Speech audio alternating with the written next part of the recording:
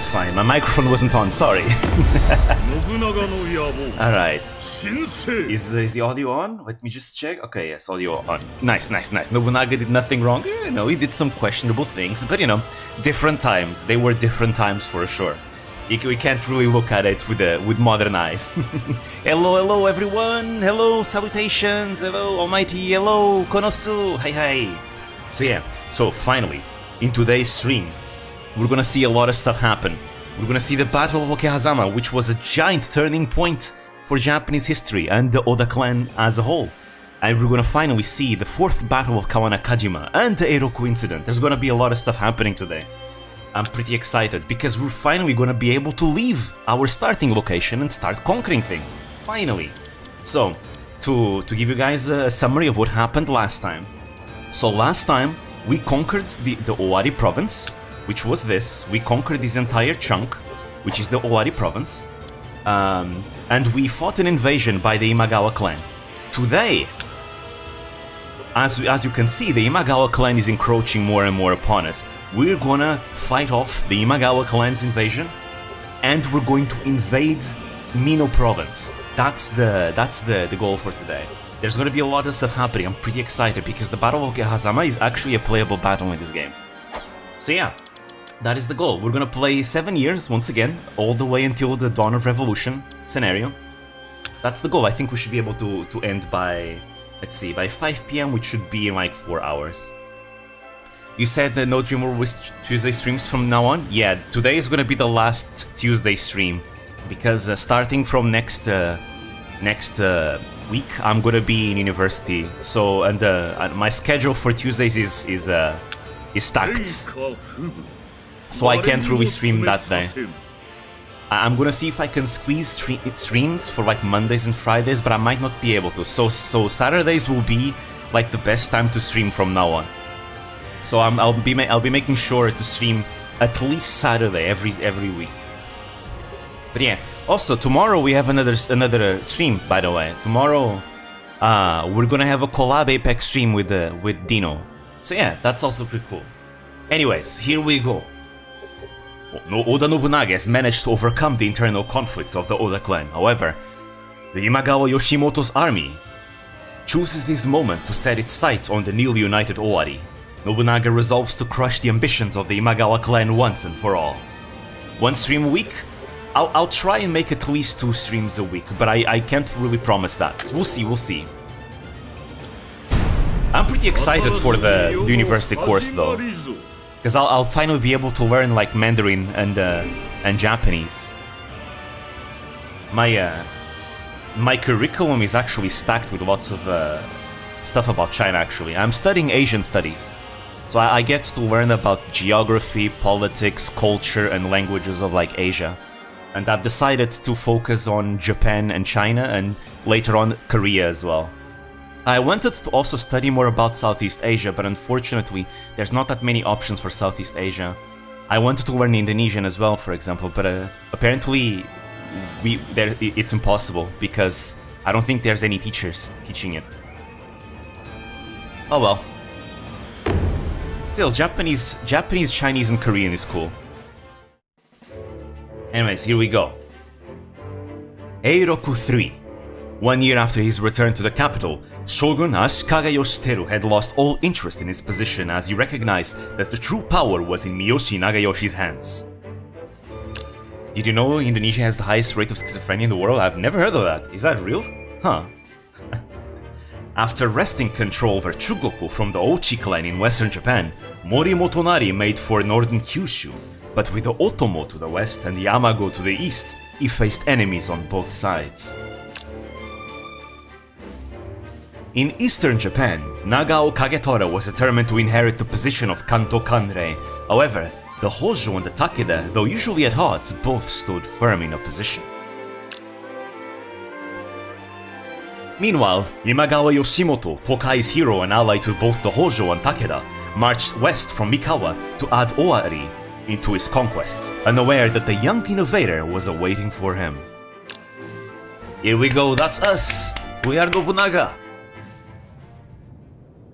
We will be the fool of Owari no longer, once everything is over. So as you can see, you know, This scenario made us lose Narumi Castle, unfortunately, but won't worry about it.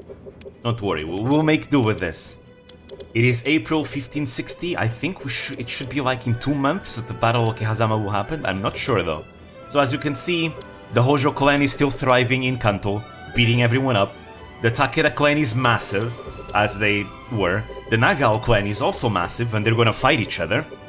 Let's see. The north is still a mess. Let's see how's things over here.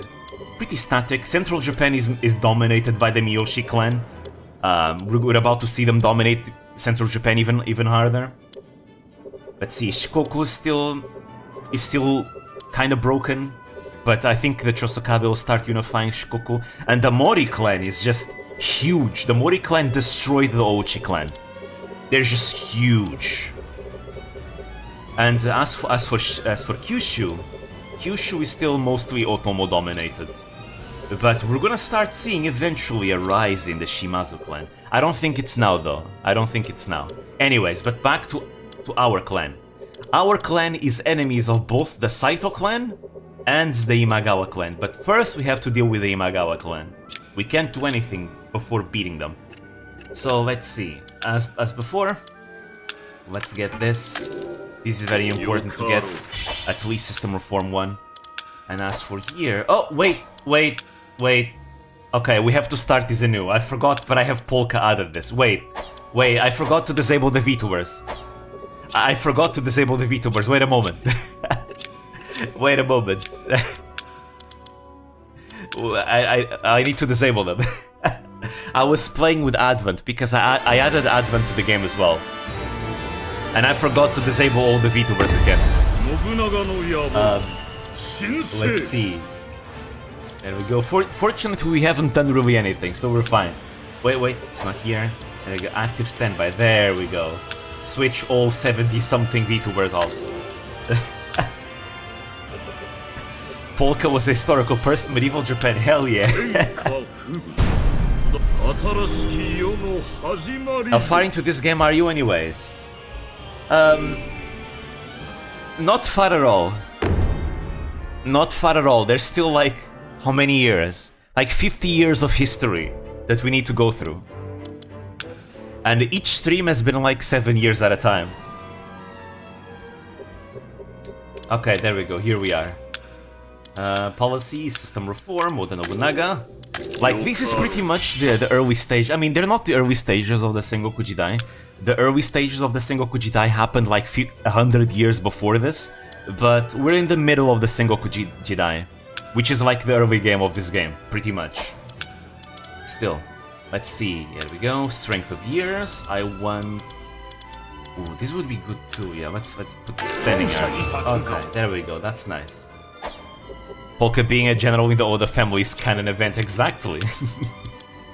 It's in their blood. Oh wow, he has level 9 matchlocks. That's insane. Anyways, let's start working on our troops, our troop numbers. We're gonna need soldiers really early. Enkafumu. Let's see. Hey. Let's see, any other attendant? Oh, yes, Maeda Toshie.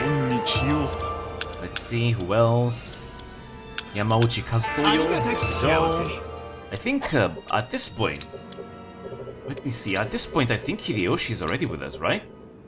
Hashiba Hideyoshi. Actually it's called Kinoshita Hideyoshi by now.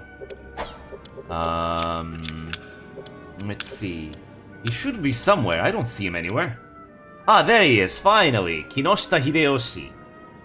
Nice, he's with us, as he should be. Isn't this the game where someone modded by putting all live as a general? In this game you can add custom officers into game, and I've added over 70 VTubers into the game. Like, again, yesterday I was playing with Holo Advent, for example. But yeah, I've been having fun with it. But right now I'm playing without VTubers. Kinoshita Hideyoshi is my favorite general.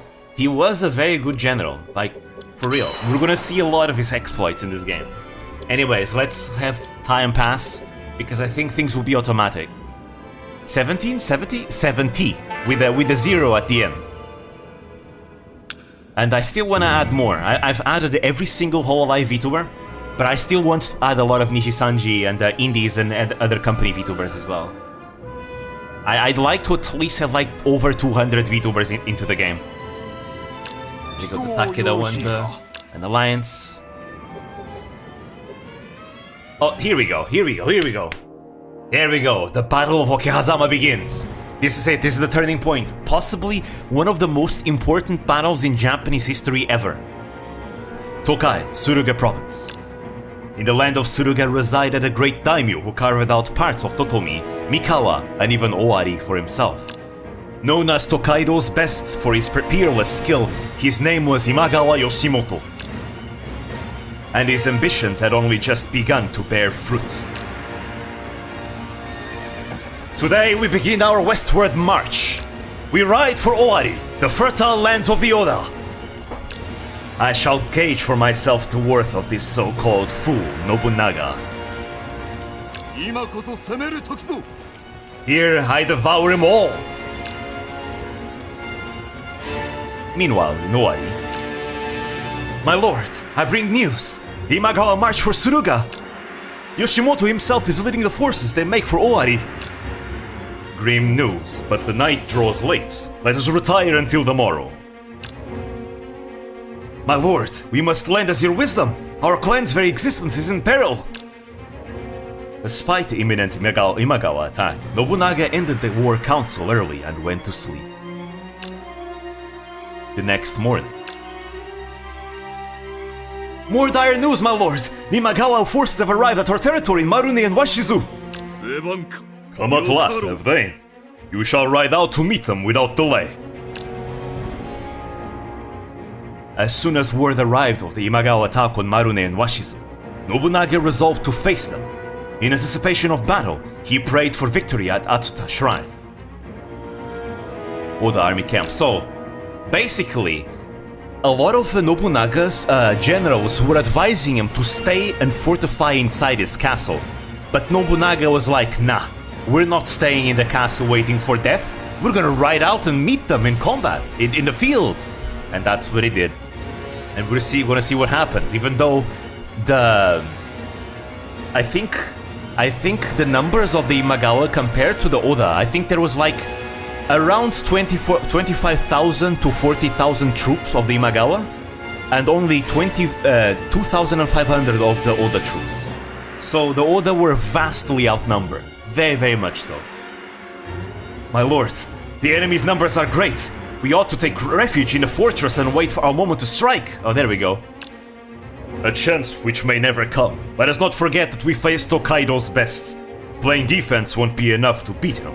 Yet a frontal assault would also be foolish. No, we must catch him unawares. Nobunaga and his army marched from the temple fortress of Zenshoji. After several hours riding through a fierce storm, they reached Yoshimoto's encampment. The Oda clan lives or dies by our deeds today. We will claim Imagawa Yoshimoto's head, or die trying! And so, in the valley of Okehazama in Owari, the young Nobunaga prepared to fight for his very survival. Here we go. So yeah, Nobunaga was actually in luck. There we go, that's the playable fight. The Battle of Okehazama. So fortunately for Nobunaga, it was raining and there was a storm, and that rain and storm actually covered the sound of Oda Nobunaga's troops marching, which was very, very important to catch the Yoshimoto army unawares. The goal is to take Yoshimoto himself. The sudden rain is divine providence. Before it lets up, we will assault the enemy camp. I will strike down Imagawa Yoshimoto myself. We're still outnumbered though. But yeah, this one is a playable battle, which is cool. Enemy forces have been spotted resting at Okehazama Yama. We believe it may be the Imagawa camp. This aligns with the news we received earlier. The enemy is waiting for the weather to clear so they can proceed to Narumi. How pitiful. Yoshimoto. Heaven does not smile on those who merely wait for their moment. We will attack the enemy camp during the confusion of the storm. Our sole objective is Yoshimoto's head. There he is. Launch a raid on Imagawa Yoshimoto's unit with Oda Nobunaga's unit. Alright. As expected, the ruler of Mikuni leaves few openings in his defense.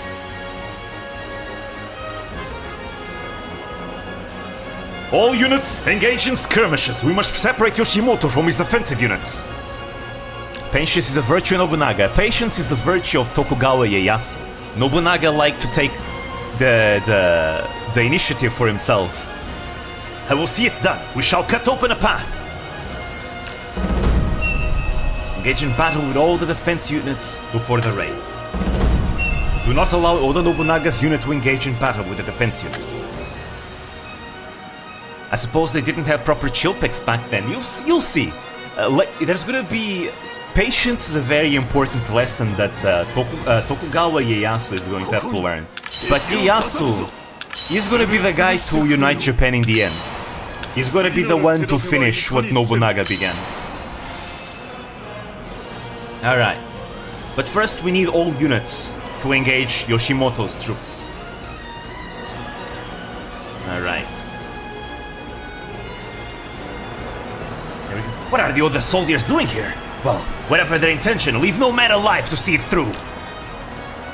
Alright, fall back and draw the enemy in. We'll open a path directly to Yoshimoto. Alright, there we go. Now that they're taking the bait, we just need to go back. Nice, nice, nice. Because our troops are not, you know, we are not as numerous. Fortunately, the enemy is kind of weak. They have weak generals. But, enemy soldiers, it'll be trouble for us if they make it off with our supplies. Scatter them. Now, keep up the skirmishes. Hold them here until the sneak attack has succeeded. There we go.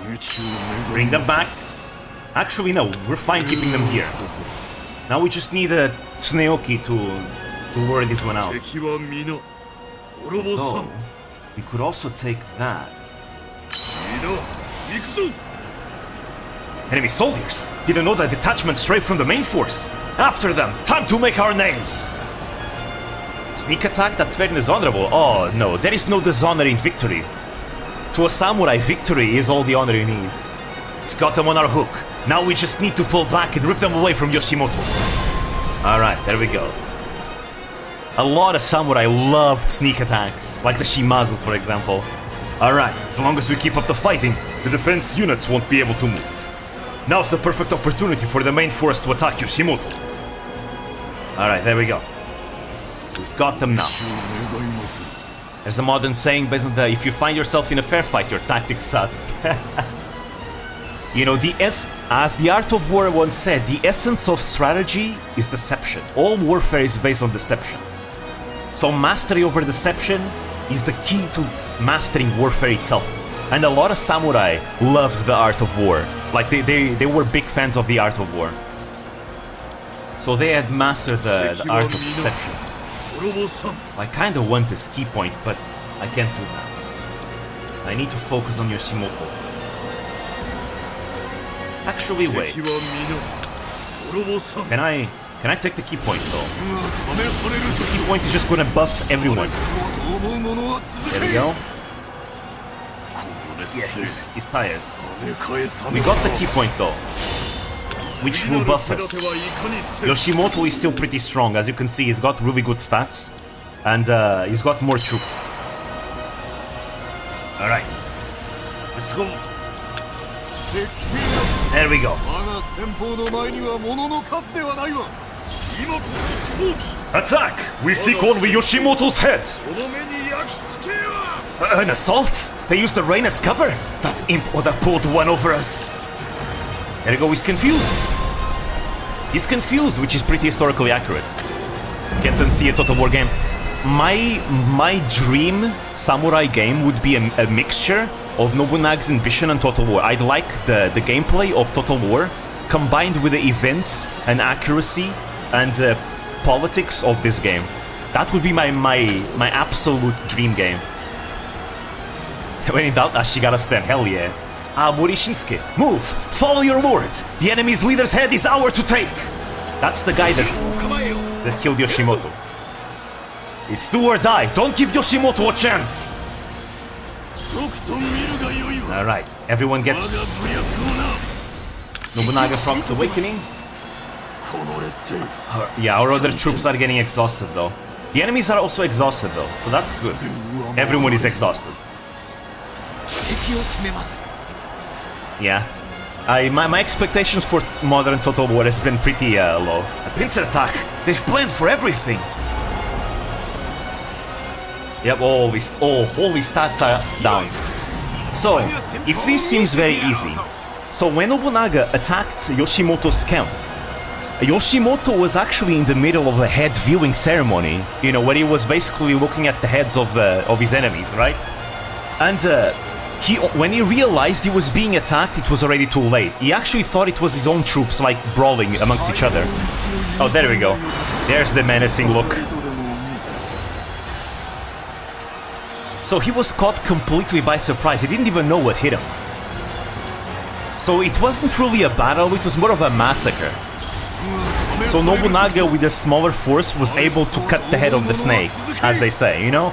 Cut the head of the snake and the body will wither. Oh, nice. Oh, let's go, Yoshinari. War crimes? Nah, it's not a war crime. It's they're enemy combatants as well. Now, to be fair, there were a lot of war crimes committed during this period, but this wasn't one of them. Everyone involved is a combatant, after all.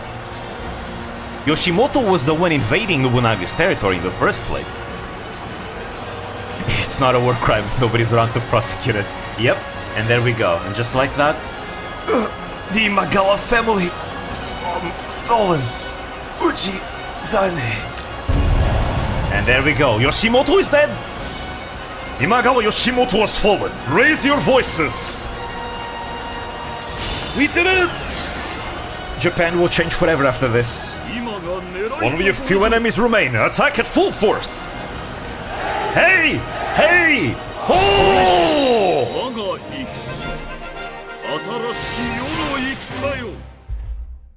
He goes to his teacher to beat the demons in hell, exactly. I'll wait for you as I fight demons in hell. Here we go, event time, cutscene time. 聖天の霹靂と言うべきだったろう。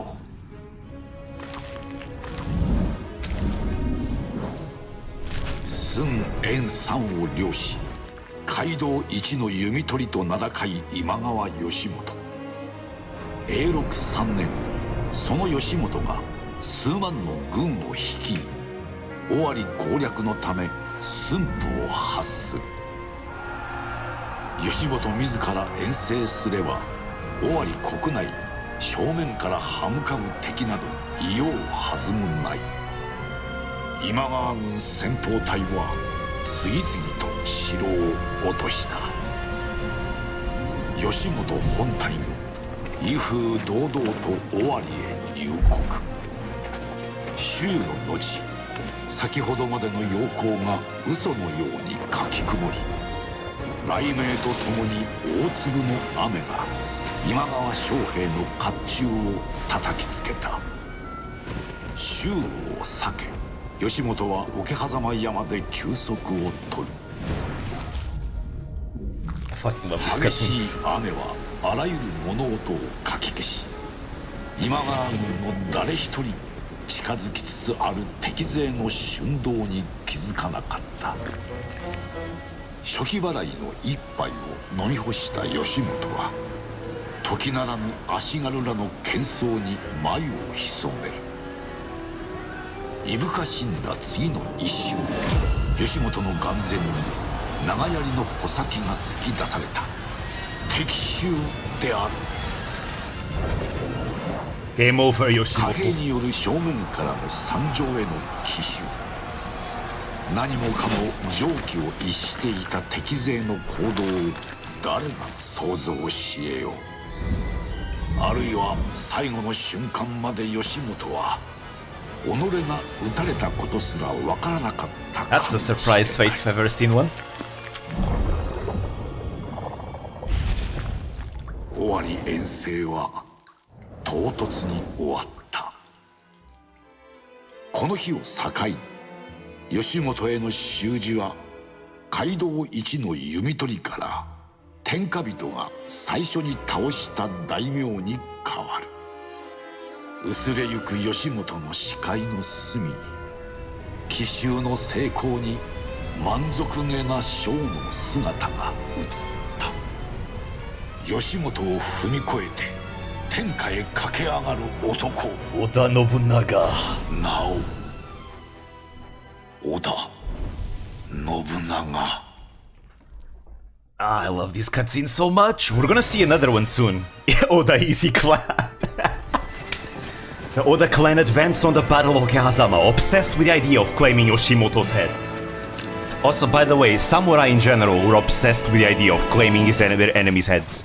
Like, head-taking was a common practice among samurai.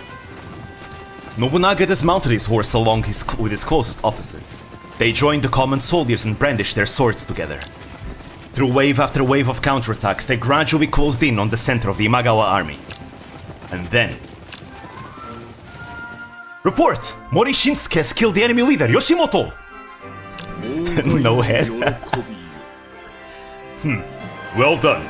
Bring me his head at once. Yes, it is here. So, this is Tokaido's strongest daimyo, civil first aid Imagawa, and the cause for my suffering these past many years. How heavy has his head? How heavy was his head? But now, nothing but flesh and bones. It weighs little. What's this? It is the sword of Yoshimoto, the one he carried with him at all times.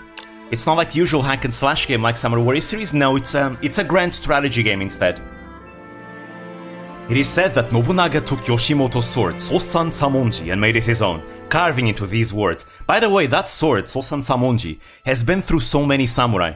It belonged to Takeda Nobutora, which is Shingen's father, which was then gifted to Imagawa Yoshimoto as a present, and then Nobunaga claims the sword from Yoshimoto's corpse, and then when Nobunaga dies later on, that sword is going to end up in the hands of Toyotomi Hideyoshi, and then it's going to end up in the hands of Tokugawa Ieyasu. So that sword just passes through so many hands. It's insane. On the 19th day of the 5th month of Eiroku 3, through the capture of and execution of Nobunaga of Yoshimoto, Oda Nobunaga, Lord Hoari, claims his sword. I think the sword is still in a exposition in a museum today. The death of Tokaido's strongest daimyo, Imagawa Yoshimoto, had not only launched Oda Nobunaga onto the center stage as a great daimyo of the era, it also resulted in the independence of the Matsudaira clan and disturbed the tripartite Koso-Sun alliance, which would dispatch Nagao Kagetora's soldiers to Kanto. The death also greatly influenced various other people of many areas across the land. Yeah, it basically created a giant power imbalance. Because Yoshimoto was a very powerful daimyo. There we go, we're gonna see one of the consequences right now. The shocking news of Imagawa Yoshimoto's death at Okehazama had reached the subordinate army of the Imagawa, led by Matsudaira Motoyasu. This is the guy that's gonna learn about patience, Ying. This guy, Matsudaira Motoyasu. But he's gonna have a bad experience before that happens. Lord Yoshimoto was slain by the Oda? No, this must be a fabrication. I assure you, this is not some rumor born from foot soldiers. It is too implausible to accept. By how many multiples did we outnumber them? And yet you say he fell? Is this not a lie sent by the enemy to disrupt our progress? There is no mistaking the truth of the matter. The same information has come from both your uncle, Lord Mizuno Nobutomo, and your mother, Lady Odai. My mother has also confirmed this. Yes, my lord. I'm sure you must understand now. This news cannot be false. Then it's over. What am I to do now? We should retreat at once before the Oda clan has a chance to launch a follow-up attack. Let us go to Daijuji Temple in Okazaki. Yes. Motoyasu, together with a few retainers, headed to Daijuji Temple, the family temple of the Matsudaira clan. That was a close call, but we will be safe here. I will patrol the surroundings. A close call. Has it really come to this? How should I carry myself from here on? I have but a handful of troops. What am I to do with such a paltry number of men? The Oda will inevitably come to crush us. I would rather No, I must. Here and now. I will perform seppuku. Lord Motoyasu, please calm yourself. Shonin! Lord Motoyasu, you must not throw away your life so carelessly. These circumstances have brought forth an opportunity only you can take advantage of. Only I can? My lord, you are the leader of the Matsudaira, not a hostage of the Imagawa. The death of Lord Yoshimoto has released you and the Matsudaira from his chains. Lord Ujizane may be the Lord Yoshimoto's heir, but he is not fit to be the Governor General of the 3 states. Right now, Lord Motoyasu, is the time for you to lead the tribes of Mikawa and claim independence from the Imagawa. I fear I am not capable of something so audacious. Audacious it may be, it is the desire of the people of Mikawa. It is also the desire of the Matsudaira clan's retainers, and I dare say your desire as well. You may have misgivings, but if you look towards the future, you will certainly determine a way to cut away your fears. Despair leads us to seek reincarnation in haste. Distance yourself from this sullied world and demand purity. Lord Motoyasu, cleanse this world of its impurity. Make this world a paradise. Uphold this ideal as you travel the long road before you. Buddhist monks, am I right? And they say they're the peaceful ones. They're the most militant ones in Japan. My lord, I come bearing good news. What has happened? Okazaki Castle is vacant. The Imagawa attendants have fled to Suruga upon learning Yoshimoto's death. Okazaki Castle? Our familiar castle stands empty for the taking? Fortune is smiling upon us. We should return to our castle at once. They peacefully stab everyone who looks at them funny. Yep. Yes, you are right.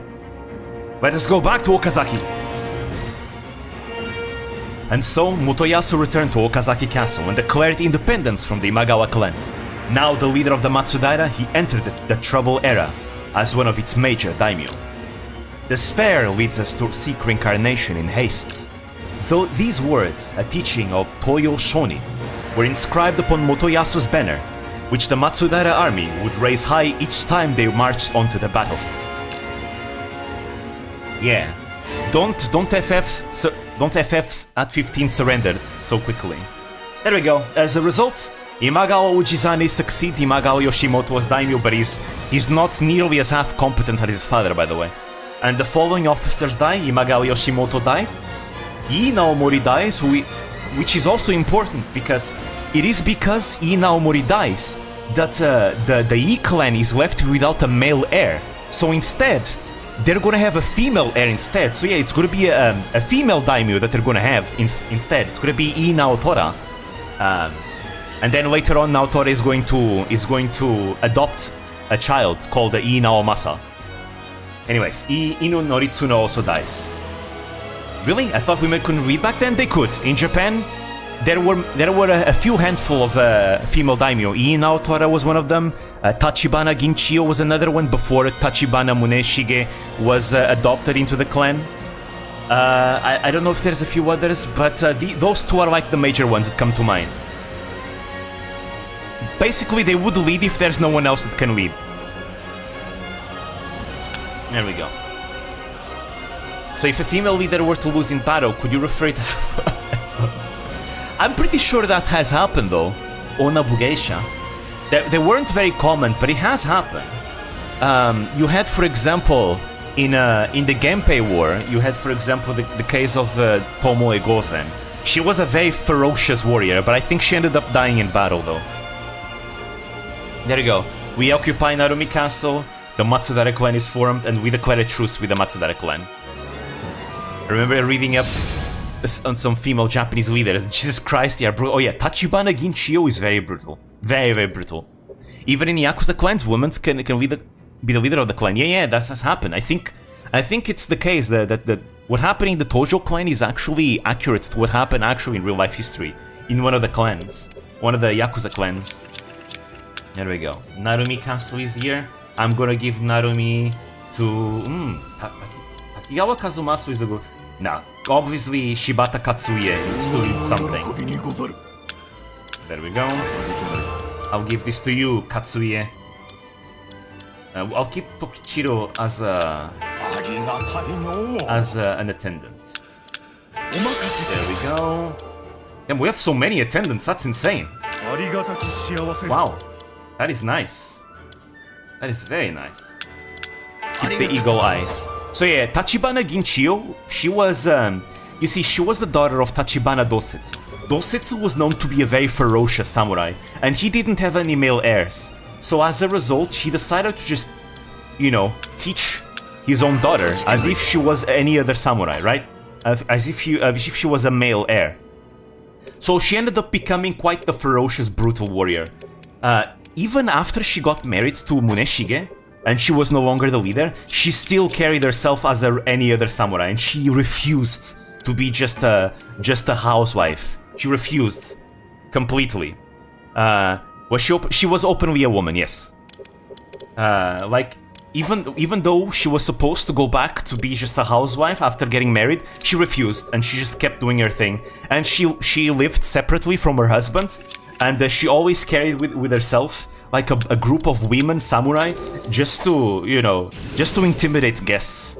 They were always heavily armed. It's really funny. She ended up divorcing from her husband because they didn't get along very well. But she always sided with him in any wars, though. She was always loyal to at least like him when it comes to warfare. Even though they didn't get along, she always took his side in wars. Even when they disagreed on which side to take. One of Japan's first strong independent women who don't need no emperor. Yeah. But yeah, now Tora is going to become the leader of the E clan now that her father is dead. There is no one else to lead the clan. But she was apparently a wise ruler. Oh, there we go. Wait, we saw this happen, right? Yeah, we saw this event happen last time, but I guess we can do it again. This is the Chosokabe clan in the island of Shikoku. The father of Chosokabe Kunichika, Kanetsugu, was betrayed by his former allies in the Motoyama clan, as well as other prominent families of Tosa. These circumstances had brought this clan on the brink of extinction.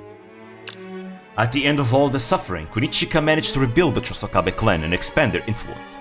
This also meant seeking revenge on their mortal enemy, the Motoyama clan. However, in a cruel twist of fate, Kunichika fell ill. Motochika, listen to me. Yes.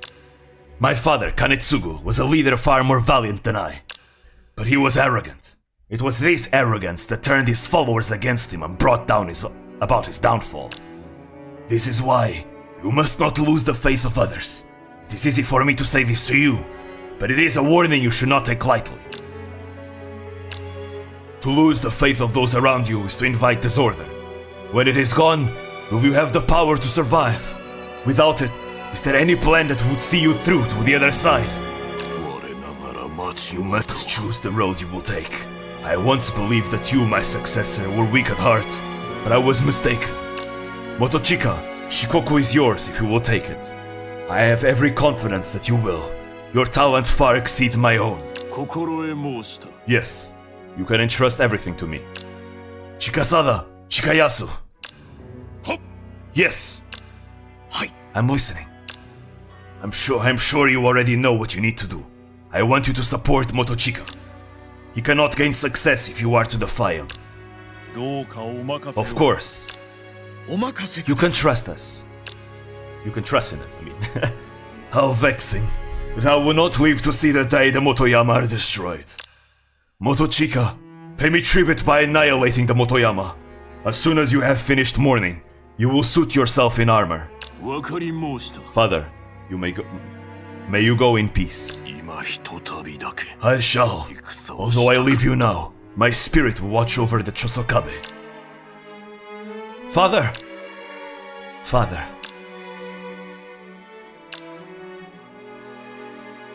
Finally, Chosokabe Kunichika, the man who rebuilt the Chosokabe clan from the edge of destruction, and whose heroism earned him the name Tiger of the Fields, had passed.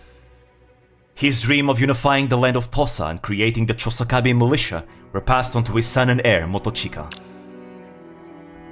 And he's gonna be a good leader for the Chosokabe. He's gonna be the one that will unify Shikoku.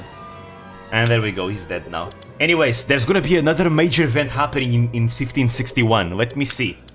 Let me see. Ah, here we go. This one is gonna happen in 1561 August. Okay, we just need to wait one more year, because this is gonna be a major one. That's gonna be another very, very major one. The bloodiest battle in one of the bloodiest battles in Japanese history. Up there with the Battle of Sekigahara. That's gonna be good. Anyways, as for us now, we have a truce with the Matsudaira now. The Matsudaira now are gonna rebel against the Imagawa, meaning we no longer need to worry about our east, because we're gonna be allies in the future, right? We no longer need to worry about our east. Every single clan around the Imagawa is gonna use the opportunity that they are weak now, and they're gonna all pounce to take their whatever territory. So literally, Takeda Shingen, who is supposed to be an ally of the Imagawa, is just gonna be, you know what? I'm gonna break the alliance. I'm invading his territory. Their new leader is weak. I'm just gonna take the territory. That's what's gonna happen. Again, dude, Shingen, he doesn't miss any opportunity to grow in power. Literally no opportunity. Motochika, the bat who refuses to fly away from its own. Yep. The bat from a birdless island. That's why even his ability is focused on being in Shikoku. Like, I think his ability is called Hero for Lands. He is much stronger whenever he is in Shikoku, but outside of Shikoku that ability doesn't activate.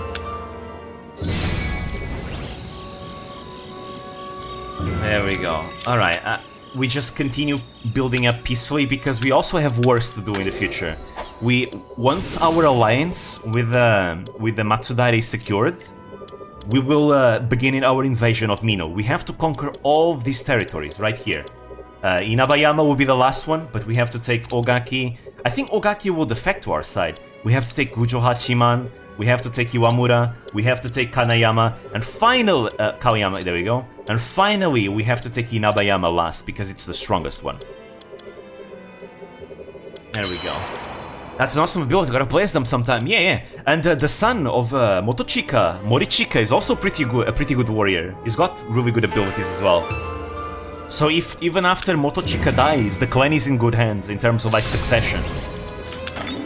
Because they have a very good warrior too. Oh, there we go. More stuff happening. Now that the Koso-Sun alliance is broken, the Hojo also lost some power, which means the Nagao can now attack Hojo lands more easily. Here we go. Hojo conquest. Echigo, Kasugayama Castle. The ramifications of Imagawa Yoshimoto's death in the Battle of Okehazama reached as far as Echigo. Then Yoshimoto has been slain, which has opened a fissure in the Koso-Sun alliance. This may prove a great opportunity for us. Having taken control of Suruga, Mikawa, and Totomi, Imagawa Yoshimoto had held great influence. That influence even forced the Nagao into a truce with the Takeda clan. The successor Uchizane is incompetent. Perhaps we should send everyone a message by striking down the Takeda. I'm sorry to impose, but might I contribute something on the matter? Before we think about defeating the Takeda, we ought to first fulfill Kanto Kanrei Uesugi Norimasa's desire of conquering Kanto. Oh? You believe that is more important than reclaiming the former Murakami domain of Shinano? Indeed. I believe it is our duty as members of the Nagao clan. Well said. Lord Murakami's noble spirit must be answered in kind then. You heard the man. We are to gather our soldiers and march to Kanto. My blade of righteousness will remove the head of that villainous Hojo Ujiyasu, and the Kanto Kanrei will restore peace to his lands. Hagetora, how do you believe Norimasa will repay us for our blade of righteousness? Of course that would concern you, Tomonobu. It would likely be whatever you wish it to be. Is that so? I shall look forward to it then. We Nagao do not demand benefits. If you act with conviction, it is only proper that your deeds be rewarded. Of course. Our way is that of honor and justice. The proper road leads us to proper rewards. Yeah, so how did you mod the Holo Girls into this game? How does that work? Does it make them into the campaign or what? So this game, every single Nobunaga's Ambition game that I know of, has a built-in feature of you to add custom officers. Basically, they have a portrait tool addition that allows you to just put any picture into the game, as long as they're like a JPEG or something like that, right? You can put it into the game, and each portrait will be used in different parts of the game. And based on those portraits that you put into the game, then you can create a custom officer with custom stats, custom abilities, you know, a custom bio, even custom starting locations, custom starting dates, and all that. And that's what allows you to create any character that you want. Hell, you can even put yourself into the game if you want, literally. It's really fun. So it's not a mod, it's a built-in feature of the game. And you can add up to 1,000 custom officers into the game. So yeah, you can put a lot. So yeah, they can be part of the campaign if you activate them. For example, earlier I by accident forgot to disable the VTubers that I had added, so Polka was a part of the Oda clan by accident. Yeah, so I take it you don't have them available in your playthrough right now. No. Right now I'm doing a purely historical campaign where I'm trying to go through every single scenario through history as they happen. We're gonna basically see every single scene. After all of this is done, I have planned a campaign where I make every single leader of the clans to be VTubers, and I'll spread VTubers all throughout Japan, everywhere. And I have some plans based on what I'm gonna do with that. I think it's gonna be cool if I make like a regular standard campaign like that, and based on what happens on that campaign, I can like create like a story. Like create a story based on what, you know, the AI does and things like that, which could be fun. And then I can even like represent the battles that happen in this game through Shogun 2 by going into Shogun 2 custom battles and just, you know, filming footage of those battles to try and kind of dramatize the battles that happen in this game, for example, in that VTuber campaign and things like that. That's my plan. So I'm trying to kind of mix storytelling, like kind of fanfiction storytelling, with this game, with whatever the AI does, and also, you know, the footage of Shogun 2 and things like that. That's my plan that I have for the future. So that's why I want to add a lot of VTubers. I have like 70-something VTubers added, but I still need like a bunch more. Tatsumokuseyo, yeah, I added 2 versions of Laplas, in fact. But yeah, I'll show you. I can show you after this, actually. I think it will be cool. So Nagao Kagetora rallied to Kanto Kanrei, where Suginorimasu and began their expedition in Kanto. In fear of the Hojo clan's military coercion, various nobles within Kanto welcomed this expedition. The group of daimyo gathered under Kagetora's righteous banner would be called the Kanto Ally List, and their efforts would go down in history. Be even more fun if you could add in custom music. Unfortunately, I can't do that. So if I add custom music, it's gonna be more of whenever I decide to make a video about what's going on in the playthroughs, right? Because again, I'm gonna stream it, right? But then I wanna make videos where I'm gonna pretty much summarize and dramatize everything that happens through proper storytelling. Do you know how I kind of do sometimes storytelling in my beginner's guides videos whenever I'm like kind of telling certain events that happen in like, I don't know, events that happen in whole life, things like that. I want to like actually do some storytelling into it. So for the streams I can't do custom music, but for the videos I will. For the videos I will.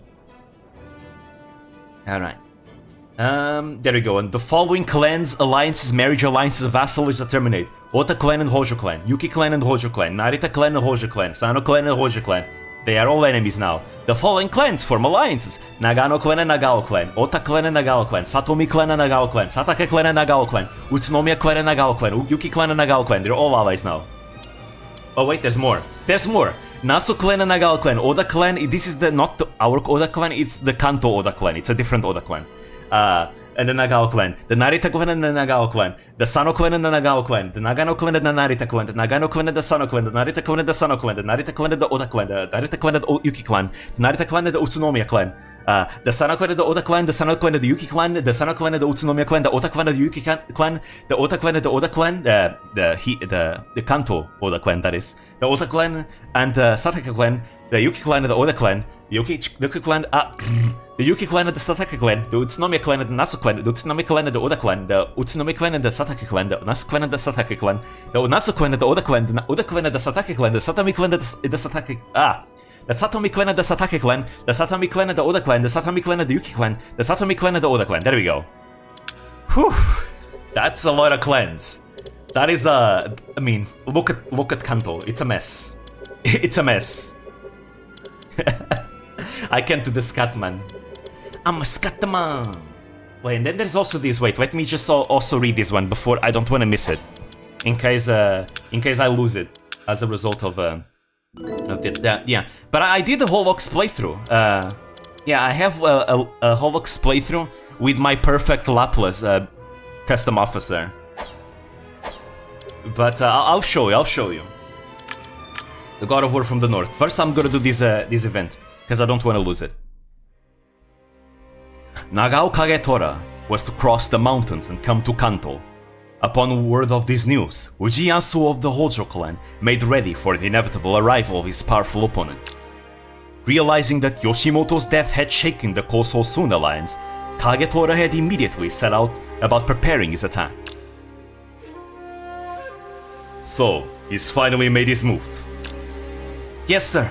Nagao Kagetora of Echigo, in service to the former Kanto Kanrei, Uesugi Norimasa, has gathered his forces to attack us. He's coming then. How many has he assembled? I cannot be sure, but likely around 100,000. That's even more than that Kawagoe. His resentment towards us runs deep. What do you plan to do? I've had enough of cowering in the shadows. What can we do? We have not the power to deal with this man, with such a man. You won't fight then? Do you believe he will get that message? Until he gets it, we cannot engage. Even if I had multiple lives to give, it would not suffice in a battle against them.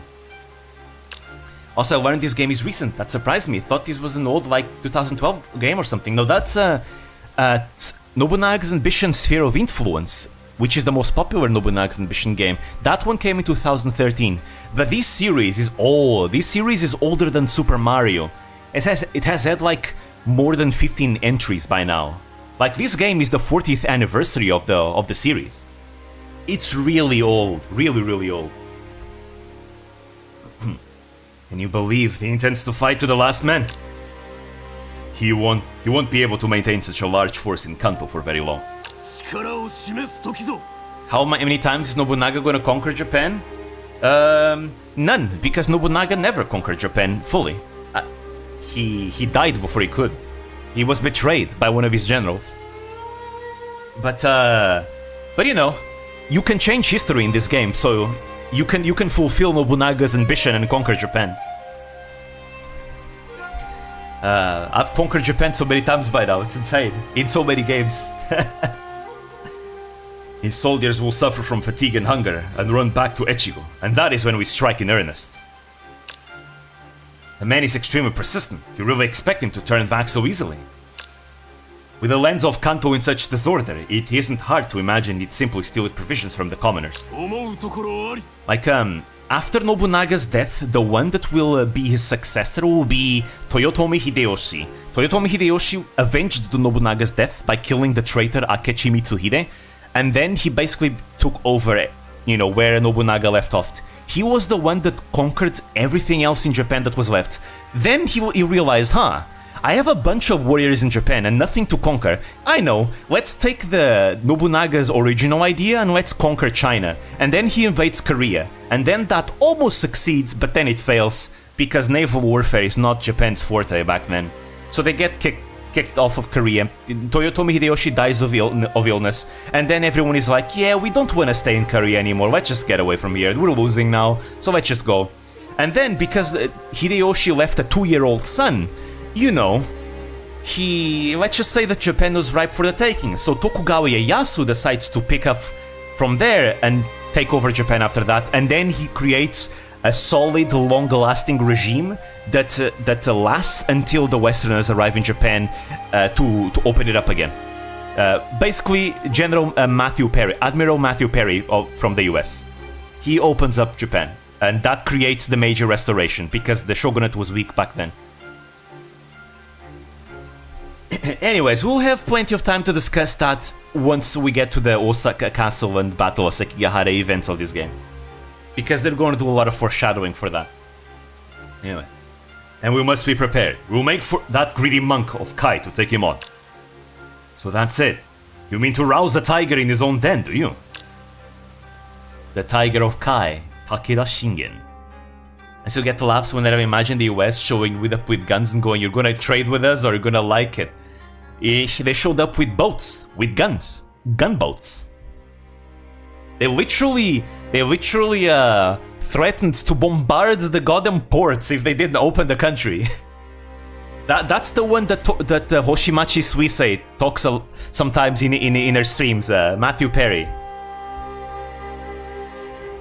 Kanto Kanrei Uesugi Norimasa, who had been driven to Echigo by the Hojo clan, was not their only enemy.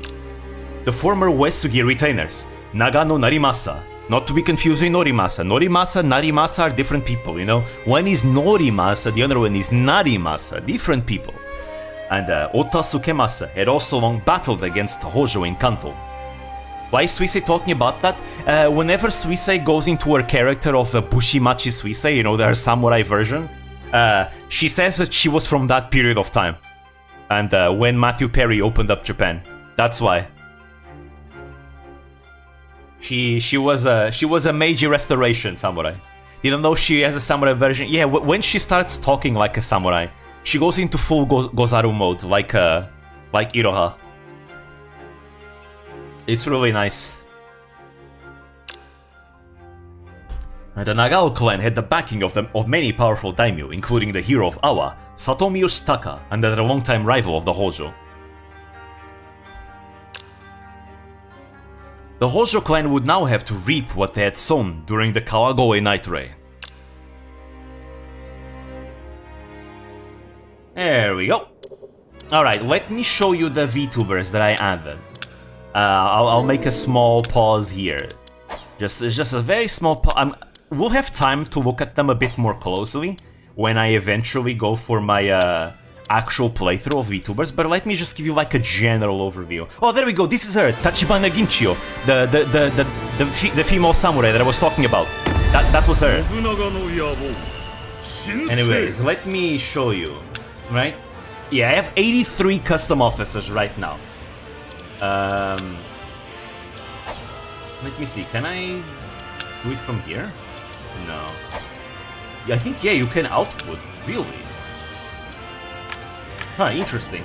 Anyways, I want to show the characters. Let me see. No, let me show the pictures. The pictures, I mean... Why can't I see everything? There should be a way to see them, no? No? Ah, that's a shame. Is there a gallery? Can I see, like... From here? Probably not. No, not from here. I have to actually go into like their into here. It's fine. I can just do this. I can just do this. There we go. I'll add them all and I'll show you guys. So let's start from west to east. The VTubers that I've added. So over here we have Aragami Oga. In Western Japan, Aragami Oga, Hako's Bells, Hako's Iris, because again, she doesn't have a surname, so I decided, hey, she's married to Bells, right? So I may as well put her there, so with Hako's name as well. So there we go. I made every single VTuber officer to be at least viable. Not everyone is OP, but they are at least viable in some way. Like, they're useful in some way or another. Some of them are good at civil affairs, others are good at combat, things like that. We have Rosemi over here as well, you know, because she's Satan, so you know, she needs these abilities. Let's see. Over here, we have a Hosho Marin over here.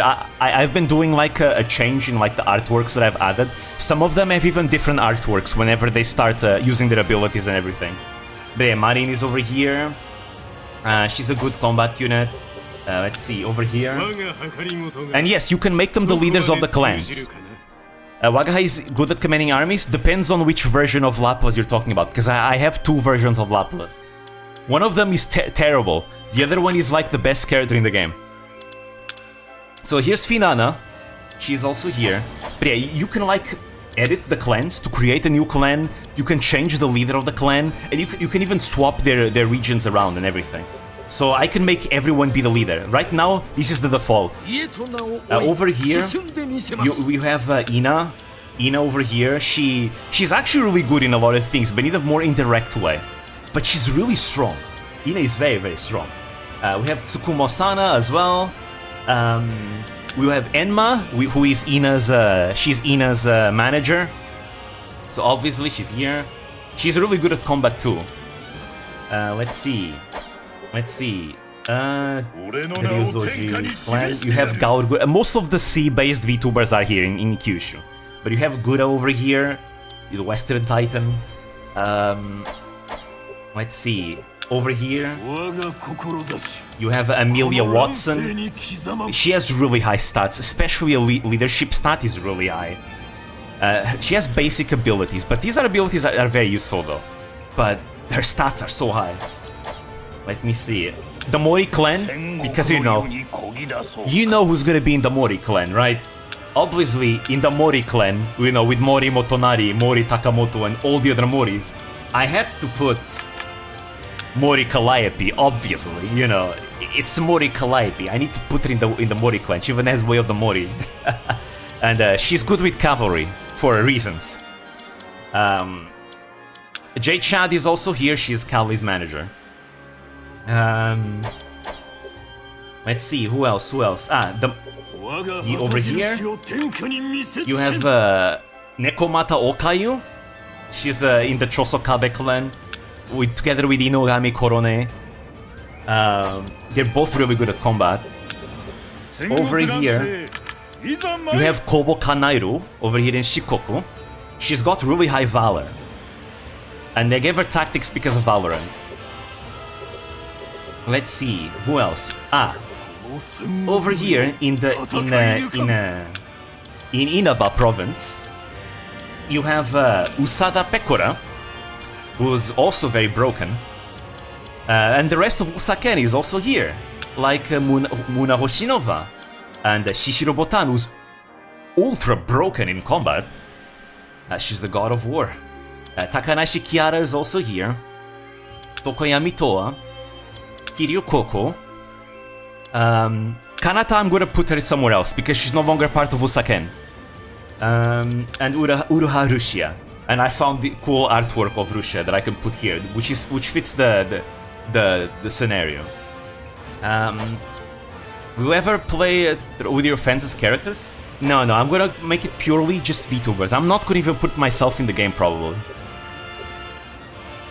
Because there's something with it too. Kanata is a spy gorilla, true. She even has really high intelligence for covert action, so it fits. Let's see, who's over here in the Hosokawa clan? Pippa. Pippa is in the Hosokawa clan. There she is. Good valor. She's also one of the most loyal characters in the entire game. She will not betray you, probably. She's very loyal. Hot-blooded.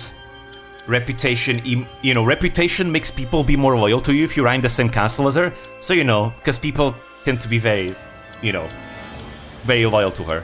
Jeer is basically her insulting enemies and dropping their defense and things like that. Let's see. Over here. Okay, so here's the inferior Laplace version. Here's Laplace, the weaker Laplace Darkness. Yeah, her stats are very low. She has very niche utility with her abilities, though. They're good abilities, but they're very niche. Why are there two? Because I have a plan. I have a certain thing in mind that I want to do. I want to make... No, actually, I'm not gonna spoil it. No, I'm gonna keep it as is for now. I'm not gonna reveal anything of my plans for the future. But this is the inferior Laplace version. Here's Takane Lui. She's also really good. She has really high leadership and really high politics and overall really high stats. One nerfed, one is without limiters. Exactly. Sakamata Chloe, also here. She's more of a ninja because she's an assassin. Hakuyo Koyori as well. Let me know if you want more appropriate warrior art. I'm going with the art that belongs to like a big artist that have worked with Hololive, or either artists that work with Hololive or artists that might be like designers of like actual stuff for Hololive. I'm kind of trying to avoid any other artworks just in case there could be problems. So the art that I'm using here, it's all art of artists that have worked with merch or like actual designs of the actual VTubers and things like that. Just to make it, you know, a bit more safer. Just in case someone tells me, you're using my art without consent. It's like, usually the big artists really don't mind that because it's like, hell yeah, free. I'm probably gonna source. I'm gonna try and source the art when those videos actually begin, but not for the streams because it's too much. But for the videos, I will try to source the art that I use. But yeah. Also, rethink Chloe being a ninja. Oh, don't worry, Iroha also has a ninja skill. But yeah, Koyori is here. She is the plotter of the group. She's the plotter of the group because she has really high intelligence. There you go. See, I also gave Way of the Ninja to Iroha, as you can see. But there is a reason for it.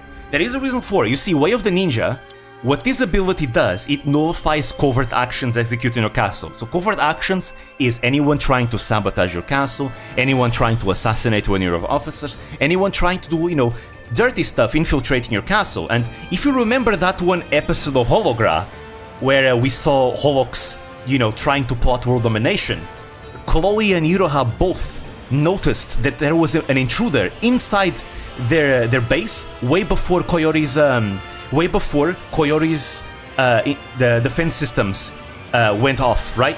So this is why both Koyori and both Chloe and Iroha have Way of the Ninja, because it actually fits them, both gameplay and lore-wise. Honestly, it fits really well.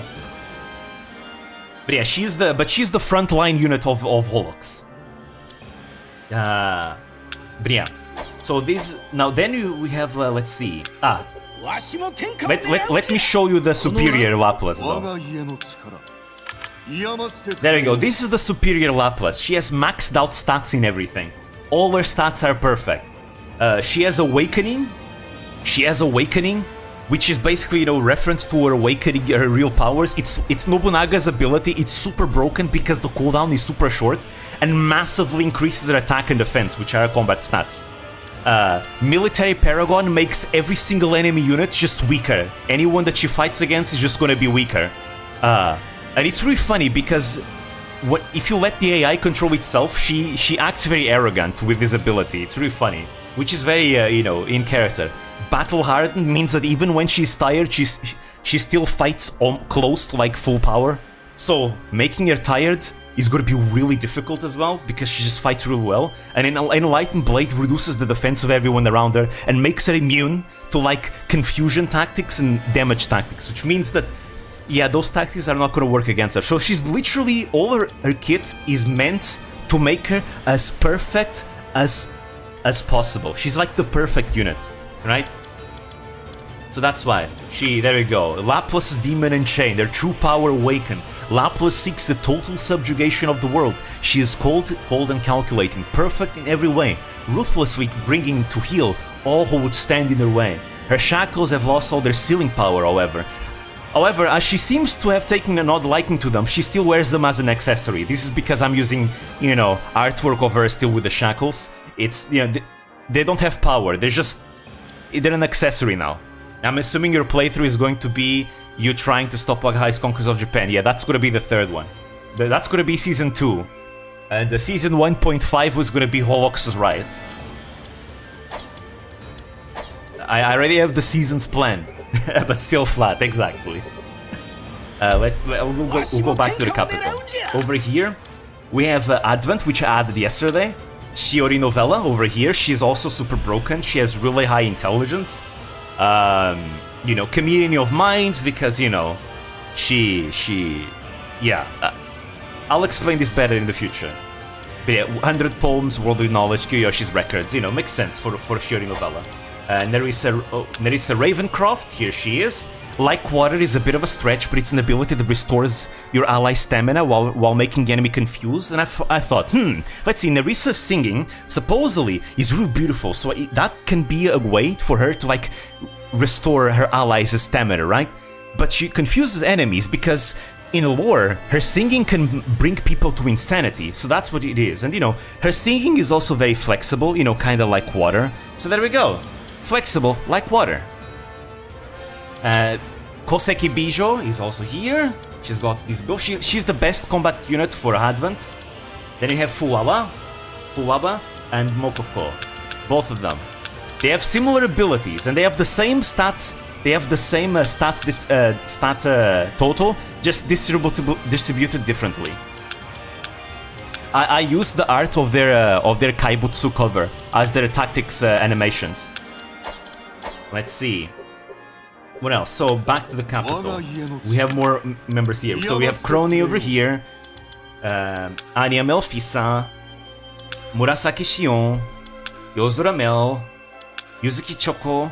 She is not a combat unit. She's definitely more of a civil affairs and covert actions type of unit. Aki Rosenthal.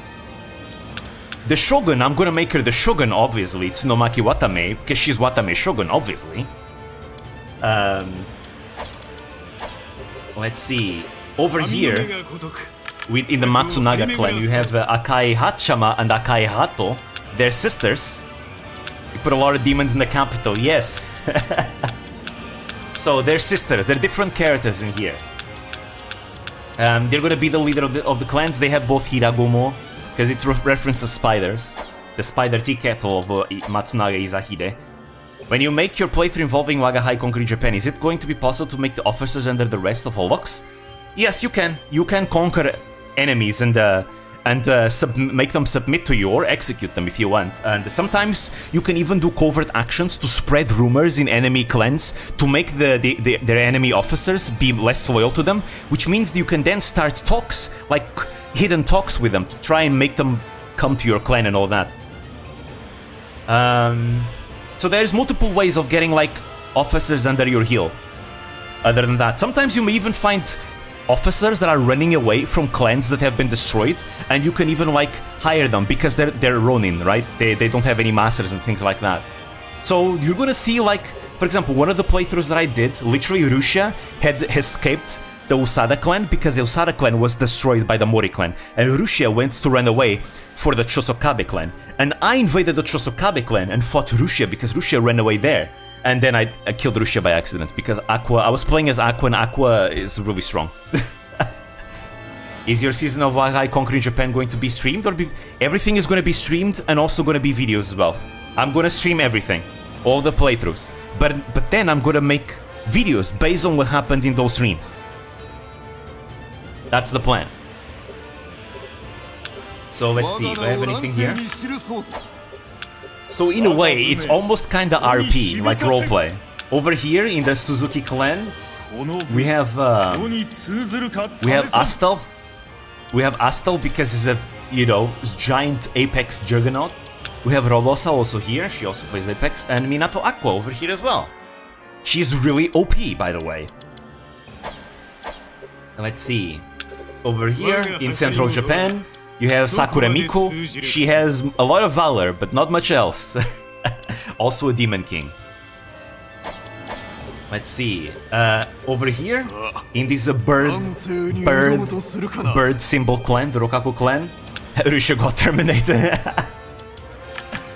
We have Anna Alouette and Millie Parfait. They're both here. Millie's stats are based on the stats that she showcased in her debut stream. So she has a lot of offense, 1 int, not much everything else, but a lot of valor. She hits hard. Let's see, who else? Over here. So in this place there is a region called Nakiri, right? Nakiri County. So obviously in Nakiri County I put Nakiri Ayame over here. She's also really strong with all these skills. Because, you know, she's an Oni, so obviously I need to give her all these skills. And Okami Mio is with her as well. But yeah. When I see what else? Right, over here. Vestia Zeta is over here as well. She's got similar skills to Chloe because she's a secret agent as well. Will Gozaro beat her in a sword fight? Let's see. They are good in different ways. They're both really good combatants. They're just good in different ways, I'd say. For example, she has the Enlightened Blade skill to reference like a skill with a blade, right? But warfare is more than just being good in a sword fight, right? You have Valor, which, you know, tends to be associated with courage, with being bold, with how good you are at combat, things like that, right? Leadership is the defensive stat.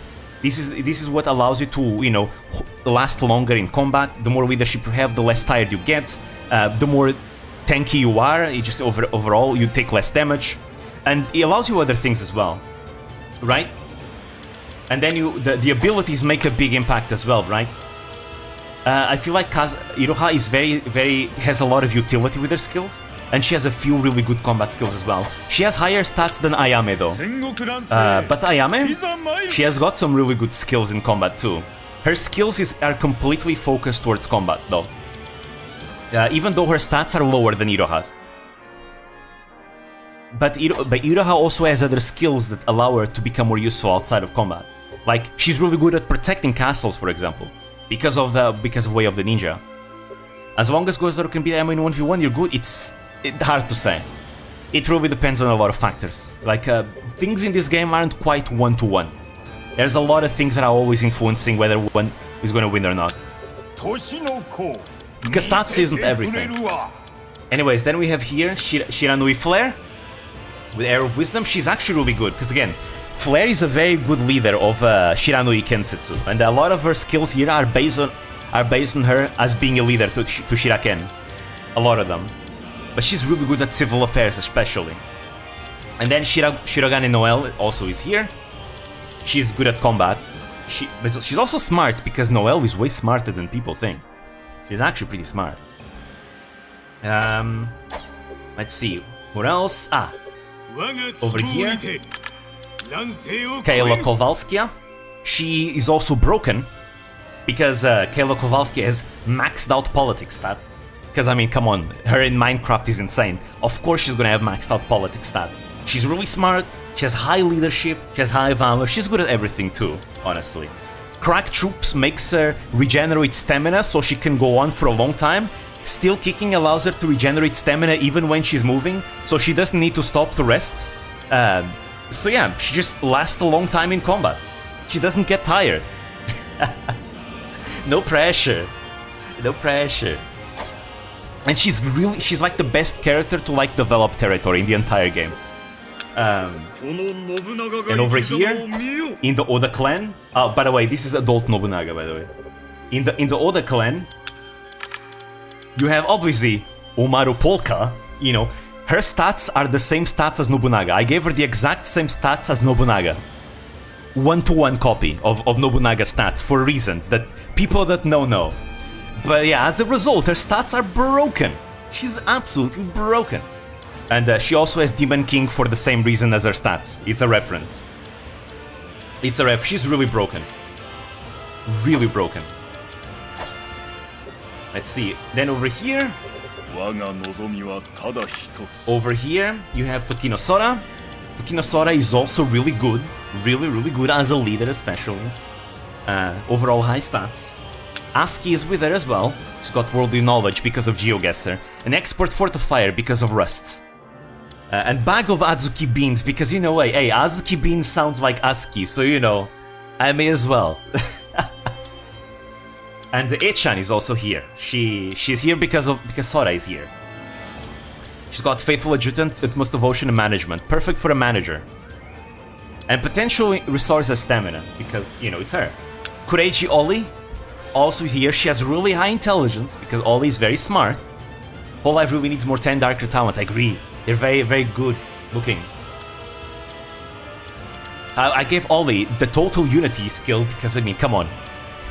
Come on, Oli is the Unity VTuber, like the banner of Unity. Of course I have to give her a total Unity, obviously.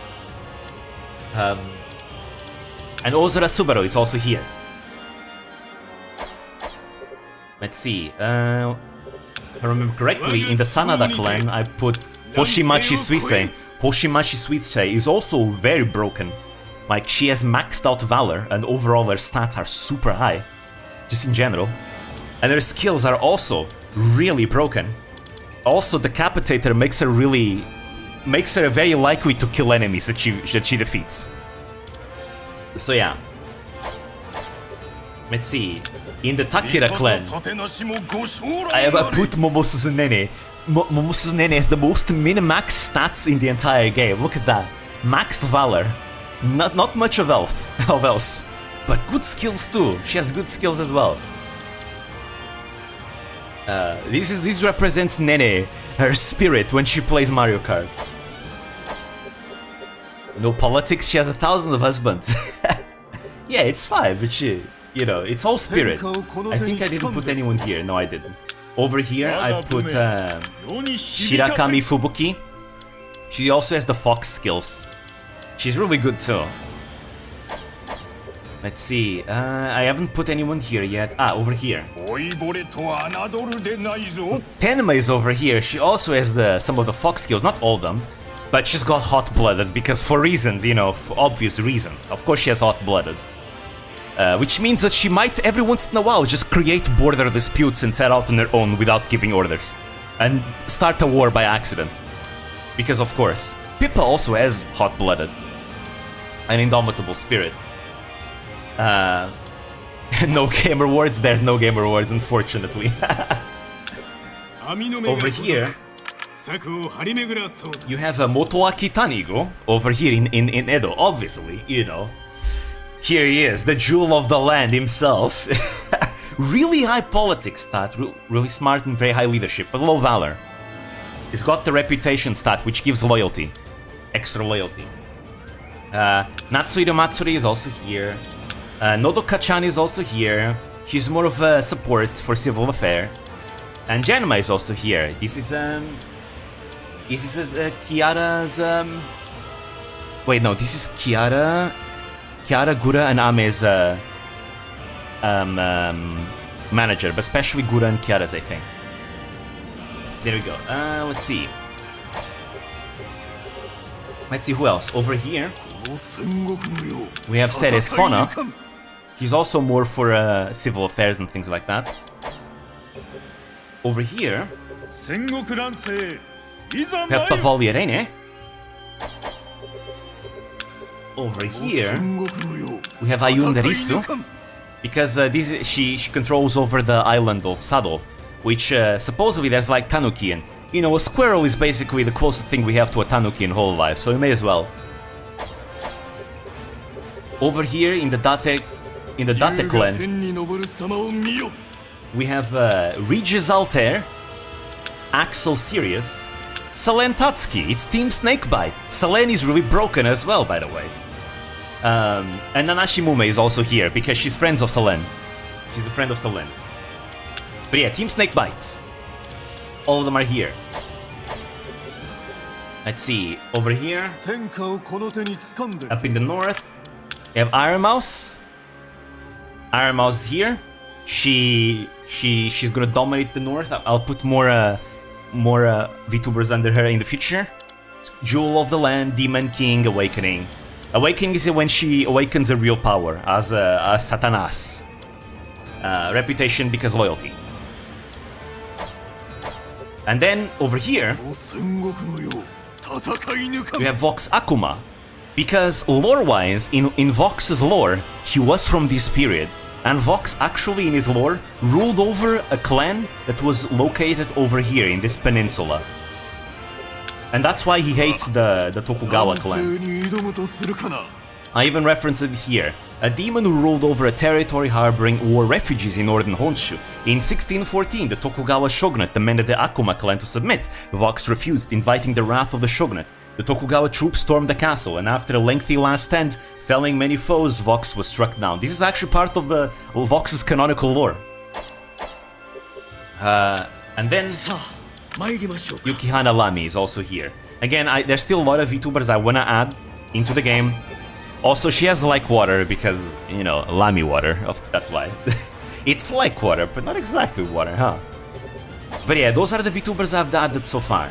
83 VTubers. I still want to add more, and I still want to change the artworks for a lot of them, because a lot of these VTubers also have different artworks for whenever they're activating skills in combat, which is really cool. I have some really badass ones. So yeah, that's it. Let's go back to our playthrough though. I have a lot of ideas for these VTuber campaigns in the future. They're gonna be fun. Because I've been wanting to do like something with narrative for a while. Anyways. But back to proper samurai history. I wonder how many people are gonna get the reference behind Polka having Nobunaga's exact stats.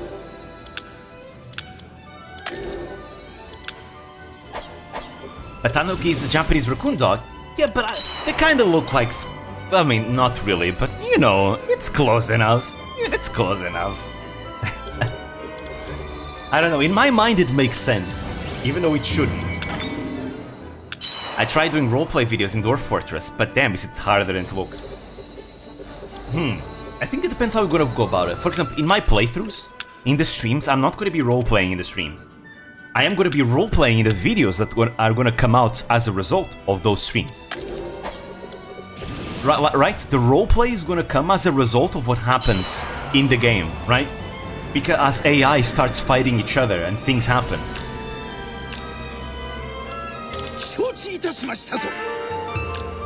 Alright. Then after the streams, for example, imagine we do a long stream where things happen. And after the stream is done, I can just look at the events that happen and script basically and write a story based on what happened. And then I can dramatize it through videos. That is the goal. Alright, let's keep improving Ki also, because we need to prepare an invasion of Mino. Yeah, I'm very excited for those VTuber runs. But I still need more VTubers and more artwork to change. Actually, Laplas was the character that made me want to change all the artworks I've been putting. Because I was putting mostly the 3D models of the actual VTubers, right? But then I made the perfect Laplas version, and it's like, I need to give her like artwork that makes her look cool. And then I looked at her official artwork that she has, like from the artists have made for her, for her whole life stuff. And then I thought, wow, this is so cool. Like in combat, she has this like ability that triggers, and it looks so cool. It was really cool.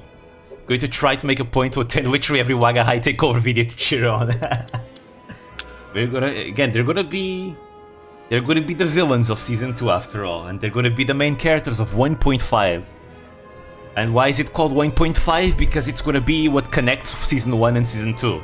Because obviously, you know, this game is Nobunaga's ambition, so obviously Polka is gonna be the main character of Season 1.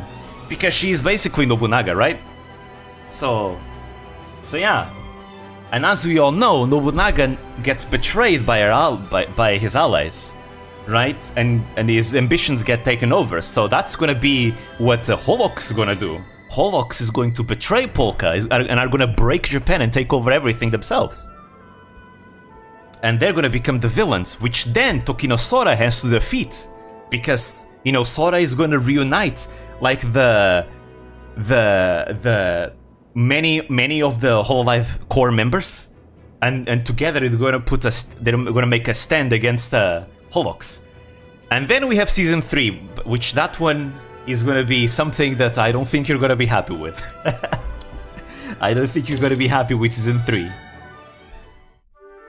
Season 3 is gonna be the Unity Army. The Unity Army. Iron Mouse, Ollie, Kson, and many other like VTubers that have collabed with the people from other companies. They're all gonna come together and they're gonna take over Japan for the sake of VTuber unity. It's gonna be led by Ollie. Ollie is gonna be the main character. That's Season 3. At least those are the plans. I don't know if I'm gonna change anything, but that's gonna be the plan. What if Waga High succeeds in Season 2? Well, we'll see. We'll see.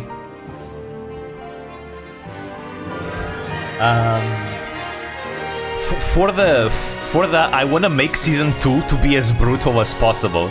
So for Season 2, I'm gonna crank up the mortality rate in this game.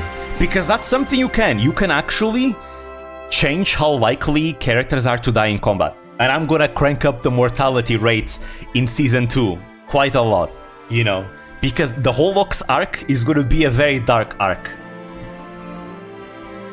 We will keep VTubers dead or killed in Season 2. So, in Season 1.5 and Season 2, anyone that dies for those seasons, right? And anyone that died in Season 1 also remains dead for those seasons. But again, I have something in mind where I can revive all of them for Season 3 for the sake of VTuber Unity. But that's gonna be something different. Again, I'm creating the storytelling behind it. It's gonna be something like that. But there is only one VTuber that's not gonna two VTubers that are not gonna come back in Season 3. Obviously, Perfect Laplas is not gonna come back. The weaker Laplas is gonna be the version of Laplas for Season 3. And there is another VTuber that's not gonna return in Season 3, but that one I don't wanna say who it is, because I think it's a spoiler. It's gonna be a big spoiler if I say who it is, so I'm not gonna say. But yeah. Rip Russia? No, it's not gonna be Russia, don't worry. It's someone else. A legend, you could call her. Instead of that legend, we'll have a legend as well, that's a different form of the legend. And she'll be coming back in a different form to support Ollie in her endeavors. Anyways, Matsunaga Izahide had used the military reputation of his younger brother, Nagayori, to become an attendant of Miyoshi Nagayoshi. As an attendant, he showed off his varied talents as he managed the many administrative matters for the Miyoshi clan. Izahide's accomplishments stood out among the political powers of the Miyoshi, which ruled over the area surrounding the capital and even held sway over the shogun's authority. He was appointed head censor aide and given possession of Shigisan Castle on the borders of Yamato and Kawachi. There are many warriors who do not yield to the authority of our clan, including the priests of Kofukuji Temple. We must make this castle the center of control for Yamato. There is one thing that we can do, which is cool, which I'm gonna be abusing, is that in this game you can actually change the music that plays in the game. You cannot add custom music, but you can switch around the songs that play in the game itself, right? And there are different clans that have unique music, right? And I'm gonna be playing with it. I'm gonna be playing around with it. Will Mikaneko and Nazuna exist at the same time? Yes, I think I wanna add Mikaneko and Nazuna as separate characters, the same way that I use kinda, you know, the same way that there's two Hachamas in a way. I just want to make an exception for Kei-son and Koko, just because I think it's gonna be good for the narrative if I make it like, you know, as a heroic sacrifice, you know, because we all know that Koko is the Jesus of VTubing that died for our sins. That is why. There's probably modding tools online. I haven't seen any because the modding community of this game is pretty much non-existent. I'd love to see mods though for this game. That's kind of what I'm hoping. I'm hoping that perhaps, maybe, with the series that I'm gonna do, maybe it could bring more attention to the game, that maybe it could also spark more mods, right? Because I remember, back in the Fire Emblem community, there used to be mods for Fire Emblem, but not that many. But then there was this content creator called Mangs that started playing Fire Emblem mods on YouTube, right? And then that kinda brought like a lot of people to start making mods for Fire Emblem, which still continues to this day, right? Which is what I'm hoping for. I'm hoping for like, perhaps if I could bring attention to this game and the VTuber mods, maybe we could have the VTuber community take over this game, and maybe we could have more mods and stuff. That would be really cool. There was one for Sphere of Influence, really? Huh. That would be really cool. I'd love to add custom music. And you know what I would like? So there is a Romance of the Three Kingdoms version series of they're not called of Nobunaga's Ambition, but there is a sister series of this game called Romance of the Three Kingdoms, right? And in that game, they even had an event editor where you could add custom events. Like, you know, like the events that I'm reading right now and everything, you can even add custom events.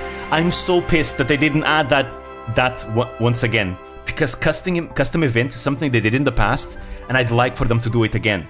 It would be so cool, because then we could actually add the storytelling in the game itself. And that would be so cool. She died for our sins and revived her 3 months. References. If there is one for Awakening, it might be for the GP version only. Ah, that's a shame. Sphere of Influence. Oh, okay, I see. Right. But in its current state, the castle is weak. We must build the strongest fortification ever seen, surpassing that of all castles. It was built by Kizawa Nagamasa of the Kawachi Hatakeyama clan. But now that it is under my control, I can make it the most stalwart castle. In these mountains once belonging to the Chogosonshi temple, with its legendary reputation dating back to the time of Prince Shotoku, I will build an impenetrable fortress never seen before by the tribes of Yamato. However, such aspirations are unlikely to invite hostility even from members within the Miyoshi itself, which may lead to war. Yeah, custom events would be so cool. Nagayoshi had confidence in Izahide on all accounts, but many within the Miyoshi clan were secretly scheming to seize power. Furthermore, Izahide did not enjoy a favorable reputation throughout the clan, and he recognized that his claim to his position was not set in stone. His concern may not have been the reason for his actions, but nevertheless, after gaining ownership of Shigesan Castle, he began a grand construction project to fortify its defenses. A majestic tower with 4 levels was constructed atop the steep slope of Mount Shigisan. Its indomitable appearance would later influence the construction of Azuchi Castle. It is said that from the late Sengoku period onwards, almost all castle defense structures were based on Shigesan Castle, a true testament to this architectural genius of Izahide. Okay, I want to show you guys one of them. Now that I was talking about the VTubers, now I kind of want to play with the VTubers once again. I want to show you guys one more thing. You know, it's fine. Hey, it's alright. It's my playthrough anyways. I want to show you guys more stuff, actually. I want to show you guys more stuff. VTuber seasons when? When I add all the VTubers that I want to add into the game. There's still plenty of VTubers I want to add. Let's see. Gallery. There is a lot of VTubers that I want to add. Add music. I want to add a lot of Nijisanji VTubers, for example. I want to add Tsukinomito, I want to add Suzuhara Lulu, I want to add Kuzuha, I want to add Sasaki Saku, Hayase So. I want to add more Niji EN members as well, like Pomu and Elira and Nina. Let's see. I want to add also more indies as well, like Lucy Pyre, for example, and others that I'm forgetting right now. I want to add more Face Connect and Idol EN members as well, for example. And you know, I think it would be a lot. I want to add Kiki as well. I'm gonna add Kiki. And I think it would be funny because in this game, you can set like officers that like and dislike each other, right? And I think it would be funny if I add Nieners, and then I make like like, you know, certain officers dislike each other because, for example, I did that, for example, with Astel and Laplace, right? Astel and Laplace don't actually hate each other, but they mess with each other a lot, like whenever they play like Rust and things like that, right? Where they're kind of always shitting on each other. So I decided for the memes to decide that in this game, Astel and Laplace are gonna absolutely hate each other. So, and that's really funny because sometimes you have events where, turns like someone wants to talk to you. Oh, what is it? Oh, what? Astel is came to you telling that he's gonna leave the clan if you don't basically expel Laplas? Or things like that, right? They sometimes want you, oh yeah, you want me in the clan? I'll only stay in the clan if you dismiss the other officer over there. And I think it's really funny when it happens. Like, it would be very fitting. If, for example, you're playing with Kiki and then Kiki is like, I don't want to remain in this clan so long as the Anna is in the clan. That would be really funny. That would be really funny. But yeah, you can change the music that plays on all the clans, right? So I can actually basically change the clan music based on who I'm playing and based on the vibe that I'm trying to go for. Like, you have like the small clan peace theme, which is more like a, you know, traditional Japanese. It's very nice. And then you have the war version of it. We're not going to be playing with these ones because I like the unique songs much more. This is just like overall generic like clan music. The medium one, which you listen to this a lot in the games. The war version of the medium clan,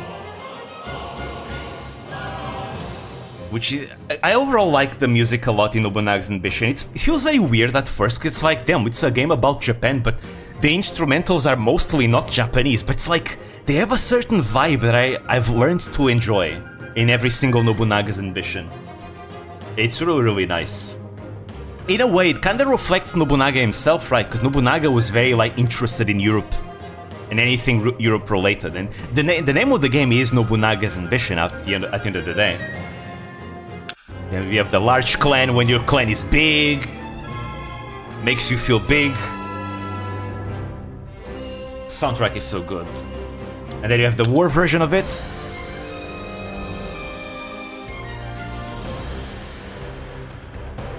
It's so good! I love it! But yeah, it's very, very orchestral. I really would love to add, like, if there was a way to add music here, that would be so cool. I have so many libraries of soundtrack in my my private YouTube account that I use for music and subscriptions and all that. I have so many playlists with so many songs for different scenarios and things like that that I usually use for like writing usually. I'd like to add some of those songs here, but I don't think I can. Yeah, Awakening's OST is great. Shame that a lot of major clans are like unique themes. I know, right? That's one of my biggest complaints. Like, the Shimazu clan do not have a unique theme. The Mori clan do not have a unique theme. The Chosokabe clan does not have a unique theme. It's so sad because they used to have it in Sphere of Influence. And many, like the Toyotomi also don't have a unique... Like, I feel like the Toyotomi really should, because, like, they're big. The Hojo clan also does not have a unique theme, which is like, come on. Come on! Just add them. Yeah, here's the Oda clan theme. This is the one we've been listening to the whole time, because we're playing as the Oda clan. So this is the one we'll listen to a lot. It's the Oda clan themes. Cleansing out with all that is Nobunaga. And then the war version of the Oda clan is this one. Martial rule pierce through. It's very good. I like it a lot. And then the Takeda clan theme, which feels powerful because, well, that's the Takeda. I'm still deciding which song I'm gonna give to, like, Holox. I want something kinda evil sounding, something kinda scheming. But yeah, the Takeda clan is such a good song. And then the Takeda war theme. It's one of my favorites, actually. Feels very, like, triumphant. The Uesugi peace theme.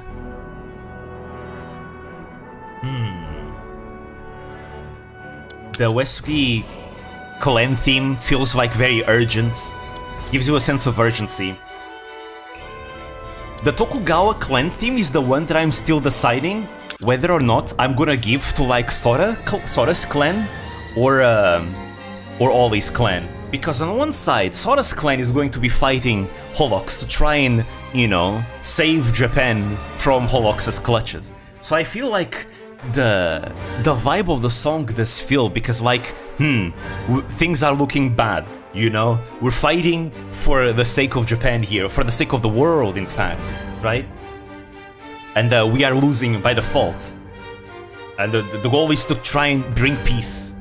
But at the same time, it's the Tokugawa clan theme. The Tokugawa clan was the clan that united Japan in the end. That's kind of why I kind of wanted to give the OST also, maybe to Ollie's campaign, because Ollie's gonna be the one to unite everyone into the Unity clan, right? And I feel like it would make a lot of sense.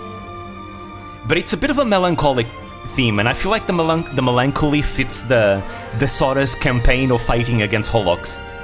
Because in Ollie's clan you're gonna see a lot of misfits there.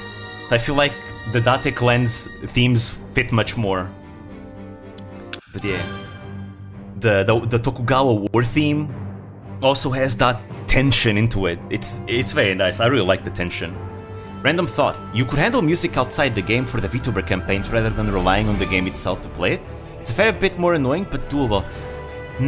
See, for the streams itself, I actually want to keep the music, because I do like the music of Nobunaga's Ambition a lot. It really adds to the tension, like, of all the songs changing as it goes, right?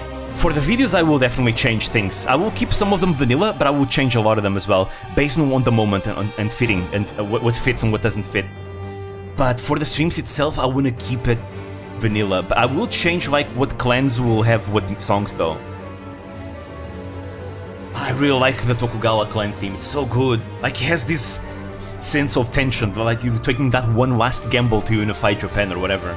It's so good. I'm very excited. I swear, every day I actually control myself to not just start those campaigns that I want to do. But I need to add more VTubers. It takes a long time to add them though, because I need to look for them I need to look for the artworks. I need to add the artworks, make sure that they are compatible to the game, see if it looks good, then add the characters themselves, think of what abilities to give them and what stats to give them. Sometimes it's difficult because a lot of VTubers, they don't have like skill sets that really fits like an era warfare. Like a lot of VTubers, for example, are singers and they're very good at singing and entertaining, but that doesn't quite translate very well into like a scenario of warfare, right? And that's kind of where sometimes I have difficulties and I have to kind of take a plunge of, I should go for this. Like, for example, I love Anna Alouette a lot, right? But her stats are overall lower compared to other VTubers like Suisei, right? Because Anna, she's a very good singer, entertaining and very fun, but like, that doesn't quite translate well into Nobunaga's Ambition. So overall her stats are lower than other VTubers like Suisei, Suisei is a VTuber that's good at everything, and just in games that are like about, you know, violence and stuff, she's really good at those, like Rust, for example.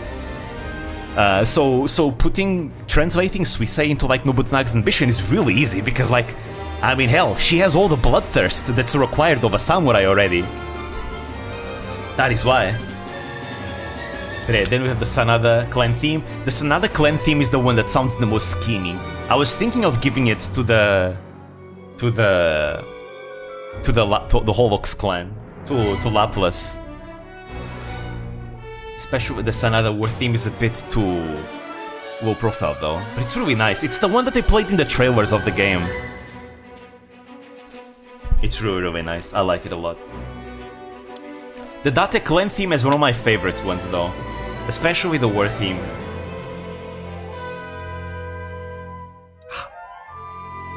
It's really nice.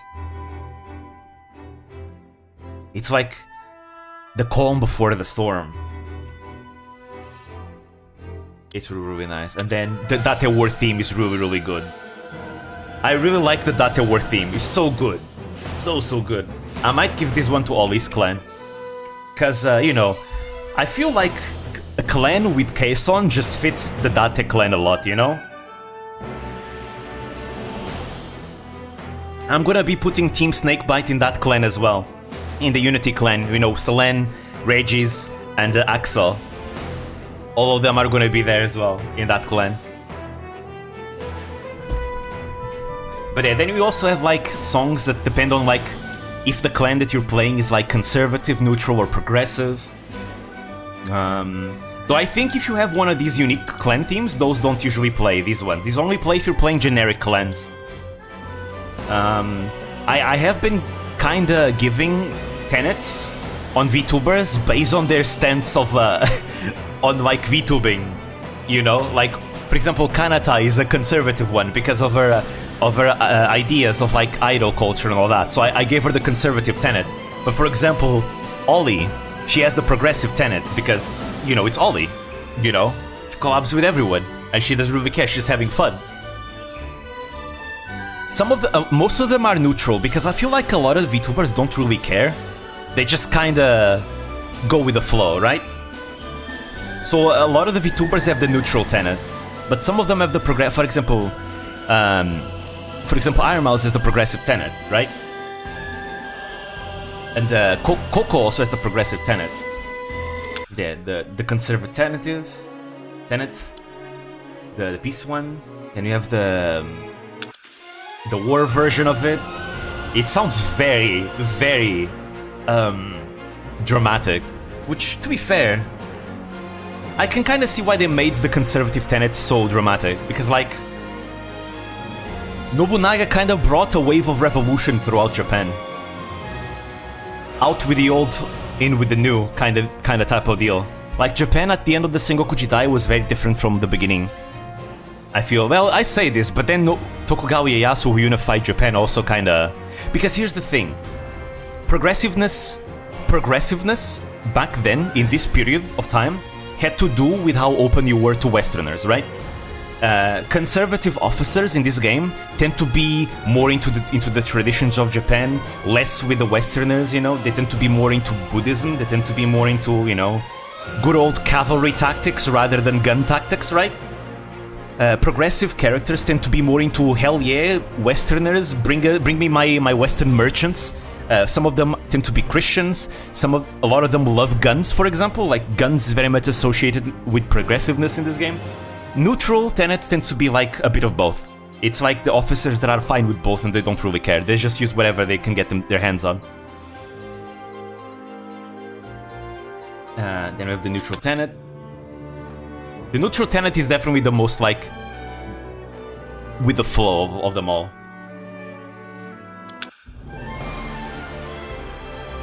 I've listened to this song way too much in my Imagawa Yoshimoto campaign. Goddamn. It was in my dreams for so long.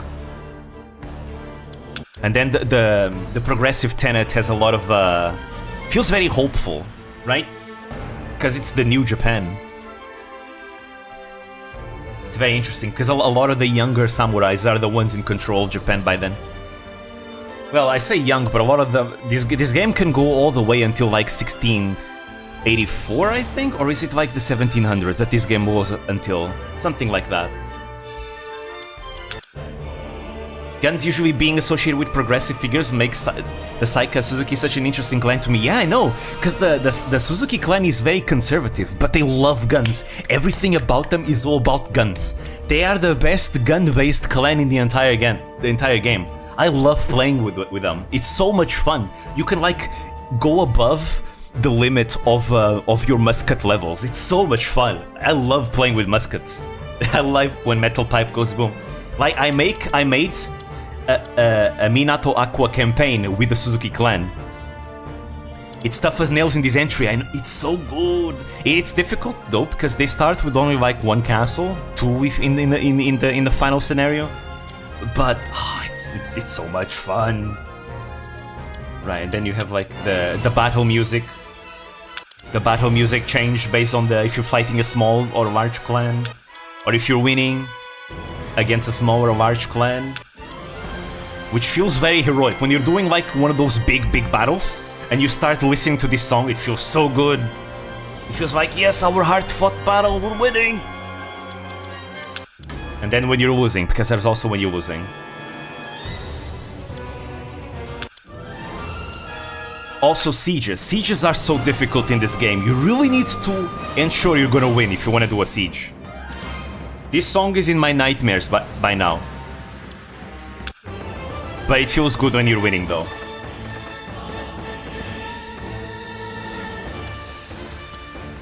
You know what? I think I'm gonna show you more stuff. I guess we did do the Battle of Okehazama. I can leave the rest for some other time. I want to show you more stuff. Let me show you some of the campaigns, like some of the stuff from that I've been doing, like in the VTuber campaigns. For example, in my Minato Aqua campaign that I was doing, in my Minato... You're addicted to this game? I am very addicted to this game. You have no idea. You wanna know why the Tenma guide took so long to come out? It was because of this game. I have like, what, over 300 hours in this game by now? It's insane. I have been playing it almost non-stop since it came out. I fucking love it so much. I love it so much. I need to have an intervention. I'm not playing it as much as I was before, but yeah, I was playing with the Suzuki clan led by Aqua in this, and it was so much fun to play. This is the game where I killed Russia by accident, because Russia was stationed somewhere around here, and I attacked Sumoto Kasa, which was under the control of the Chosokabe clan, and then Russia was the first reinforcement to come to aid, and then we fought her, and Aqua shot her to death. Because her muskets were a bit too strong. Like, I love this game so much. Let's see, who was in here? Oh, the Shimazu, right. I didn't have all VTubers yet over here. Aqua is the reason Russia graduated, confirmed. It's really sad. Again, it was that event, Aqua killing Russia, that gave me the idea to make that series. Because again, the Mori clan was over here. No, the Mori clan was over here, and the Mori clan was fighting the Usada clan. The Usada clan was destroyed, and as a result, every single member of the Usada clan either was assimilated into the Mori clan, or other clans around, or ran away far away. Russia ran away to the Chosokabe clan. The Chosokabe clan also had Hosho Marin.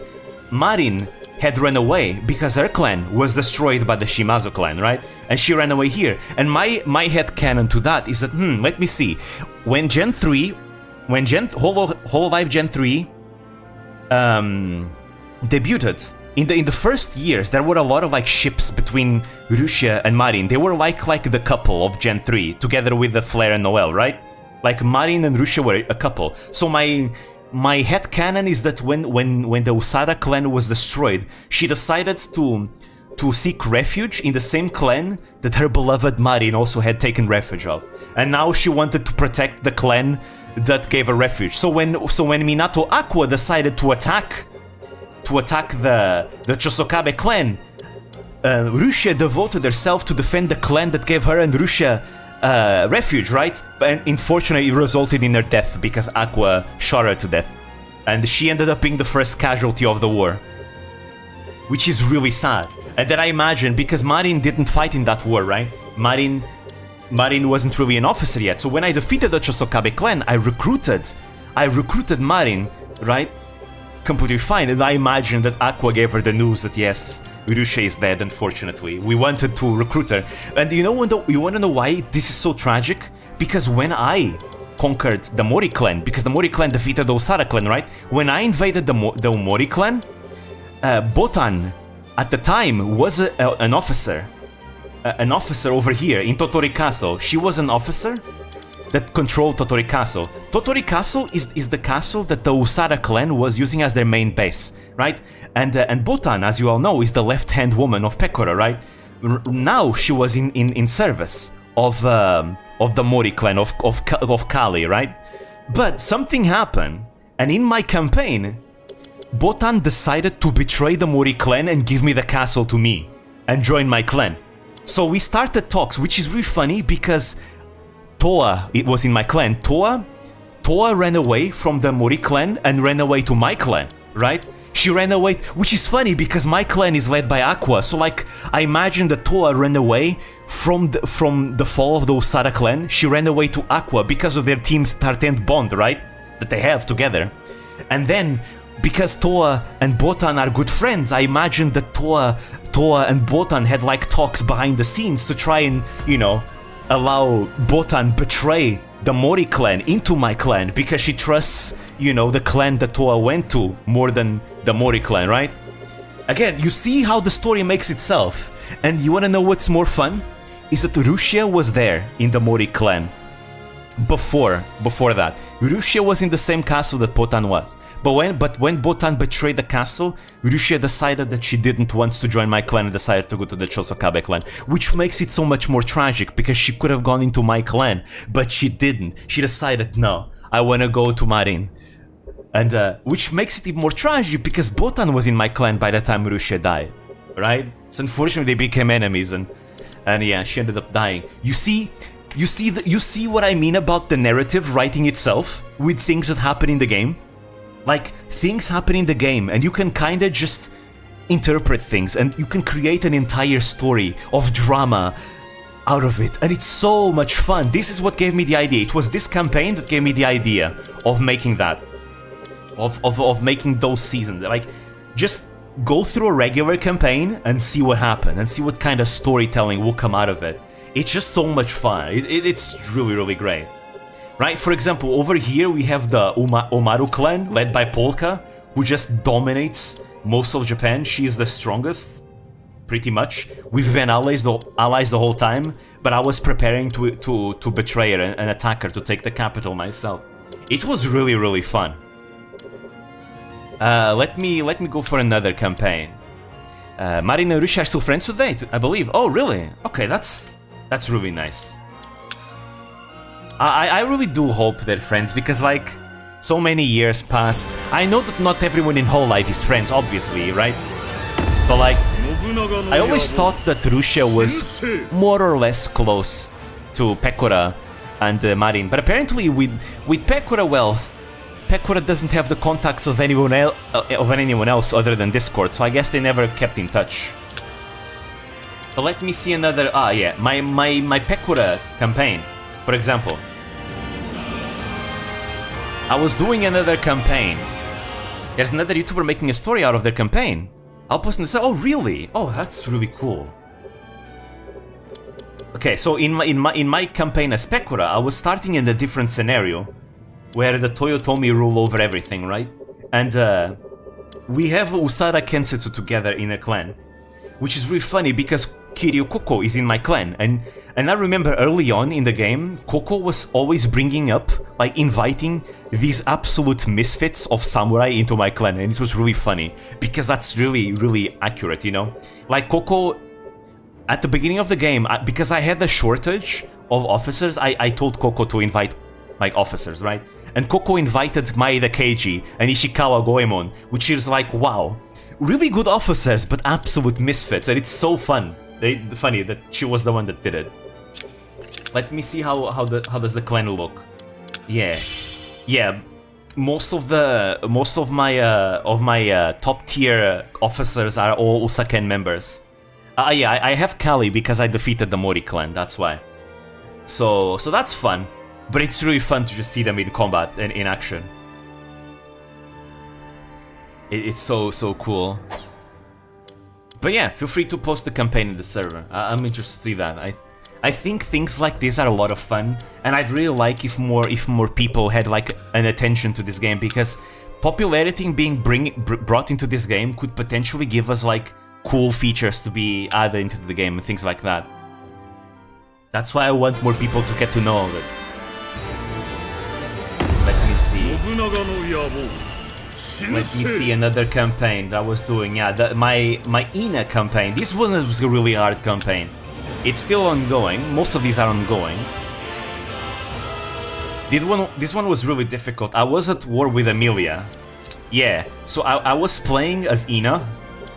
I was playing as Ina's.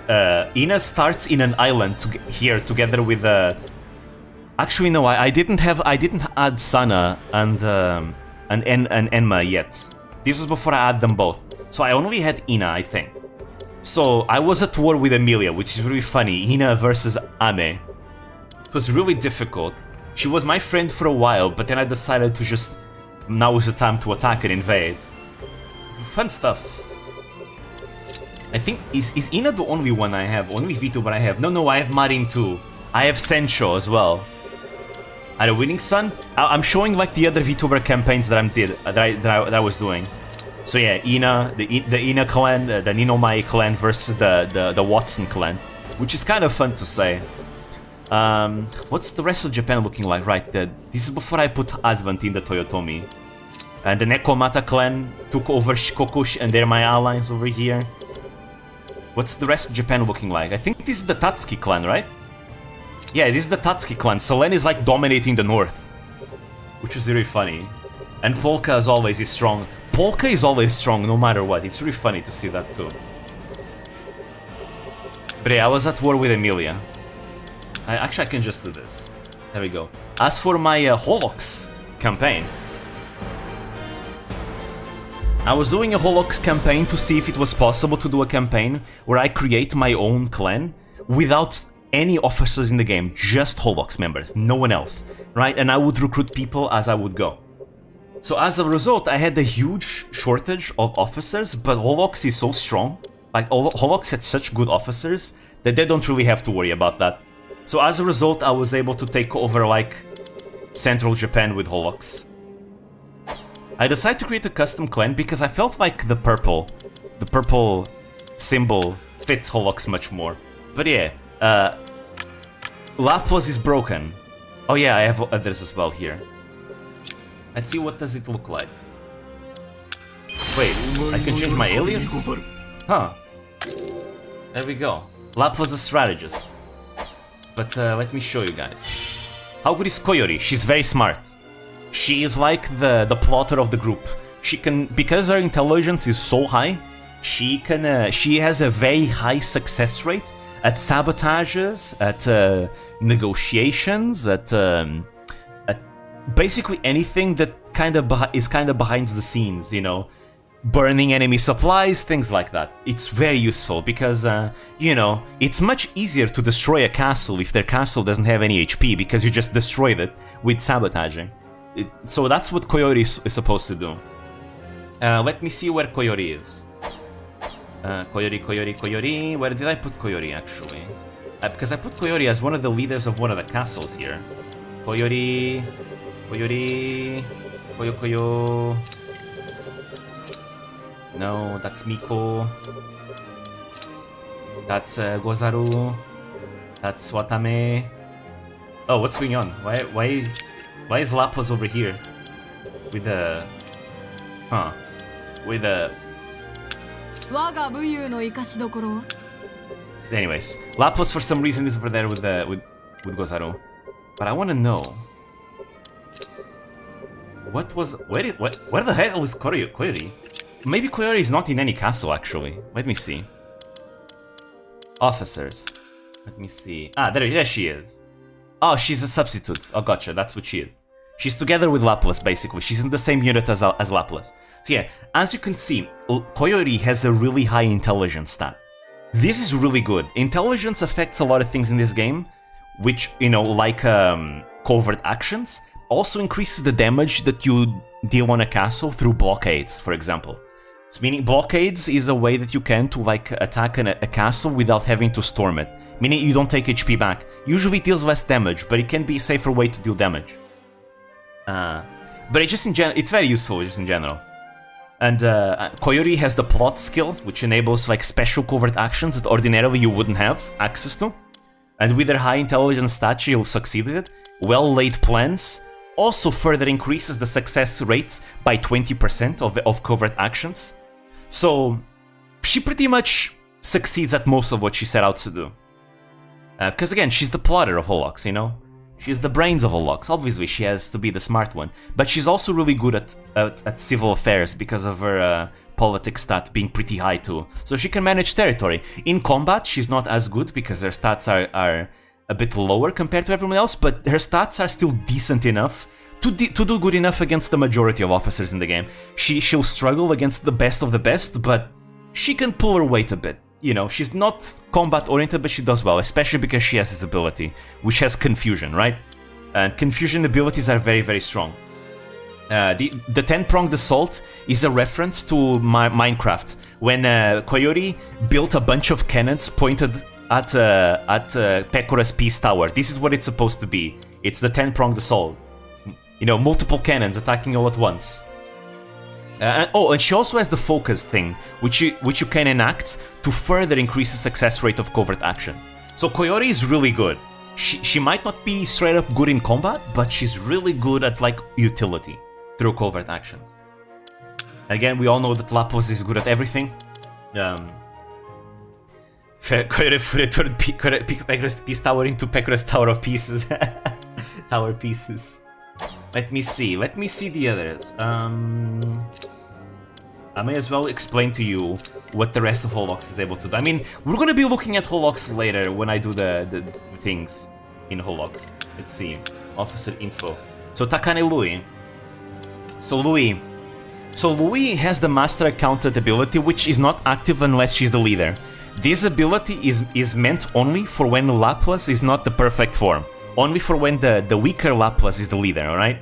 Because when the weaker Laplace is the leader, the one that's actually supposed to be the leader of Holox is going to be Louis, right? And when that happens, Louis has his ability active, which decreases the upkeep costs of policies, which is good for your economy. So, you know, because we all know that the one that takes care of Holox economy is Louis. She also has a Swindler. This is a reference to her saleswoman pass. Also increases the loyalty of your retainers that you put under her, and increases their abilities. And now is the time is here, because I always thought that since Louis is the one that's really trying to have Holox dominate the world, I felt like she would be the most opportunist, right? And being an opportunist means that when you see a chance, you're gonna take it, right? And to be fair, as a saleswoman, that's kind of accurate, right? Because when a saleswoman sees an opportunity, they're gonna use the opportunity to attack and try and sell their product, right? So that's why she has the now is the time, increases her attack and increases enemy defense. And yeah, that is the idea behind her having now is the time. And to be fair, in my plans, she's gonna be the one that's gonna trigger season 1.5 because, you know, she's gonna be the one to awaken Laplace after all. She's gonna be the Akechi Mitsuhide of the VTuber playthrough. And remember the Holox meeting stream yesterday? Are you gonna take into account the various applications from different members to join when you do your streams? I don't know. I'm still deciding because basically I'm gonna change the placement of VTubers depending on what season it is. In season 1, I think I'm gonna keep it like with the Kensetsus in mind. I'm gonna put the Kensetsus everywhere, right? I'm gonna put Usada Kensetsu in a position of power. I'm gonna put Shiraken also in a position of power. I'm gonna put basically all the Kensetsus, right? Holox is gonna be their own faction by themselves. And it's all gonna start from Polka, right? In season 1.5, it's gonna be Holox alone taking over Central Japan, right? And then in season 2, it's gonna be Sora together with the other members of Hololive, like Fubuki, like Aqua, like Asuki, like Echan, and other like core members, I mean, quote-unquote core members of Hololive, together all trying to defeat Holox, right? Coco is gonna be there as well. And then season 3, I'm gonna spread the VTubers a bit more evenly, right? It's just because it's supposed to be everyone shattered everywhere, because that's gonna be the unification campaign, where all unifies everyone, because everyone is fighting each other. All the fandoms are fighting each other. That's what's gonna be. At least that's the goal. Those are the scenarios. But yeah, Unity must be destroyed at all costs. So in that campaign, Louis will once again unify Holox under her. Well, actually no, I'm still thinking about it because for example, Chloe is part of Kana Kensetsu, right? But I think Holox takes priority though. So yeah. But anyways, that's Louis. And Louis has some cool artwork when she goes into combat and all that. I wanna showcase the artwork actually, if possible. Who else? Who else can I showcase? Didn't I have Gozaru here? Let me there we go. Gozaru is over here. I think I showed Gozaru earlier though. Yeah, I showed Gozaru earlier. But she's like Holvox's, main combat unit. Her stats are really high.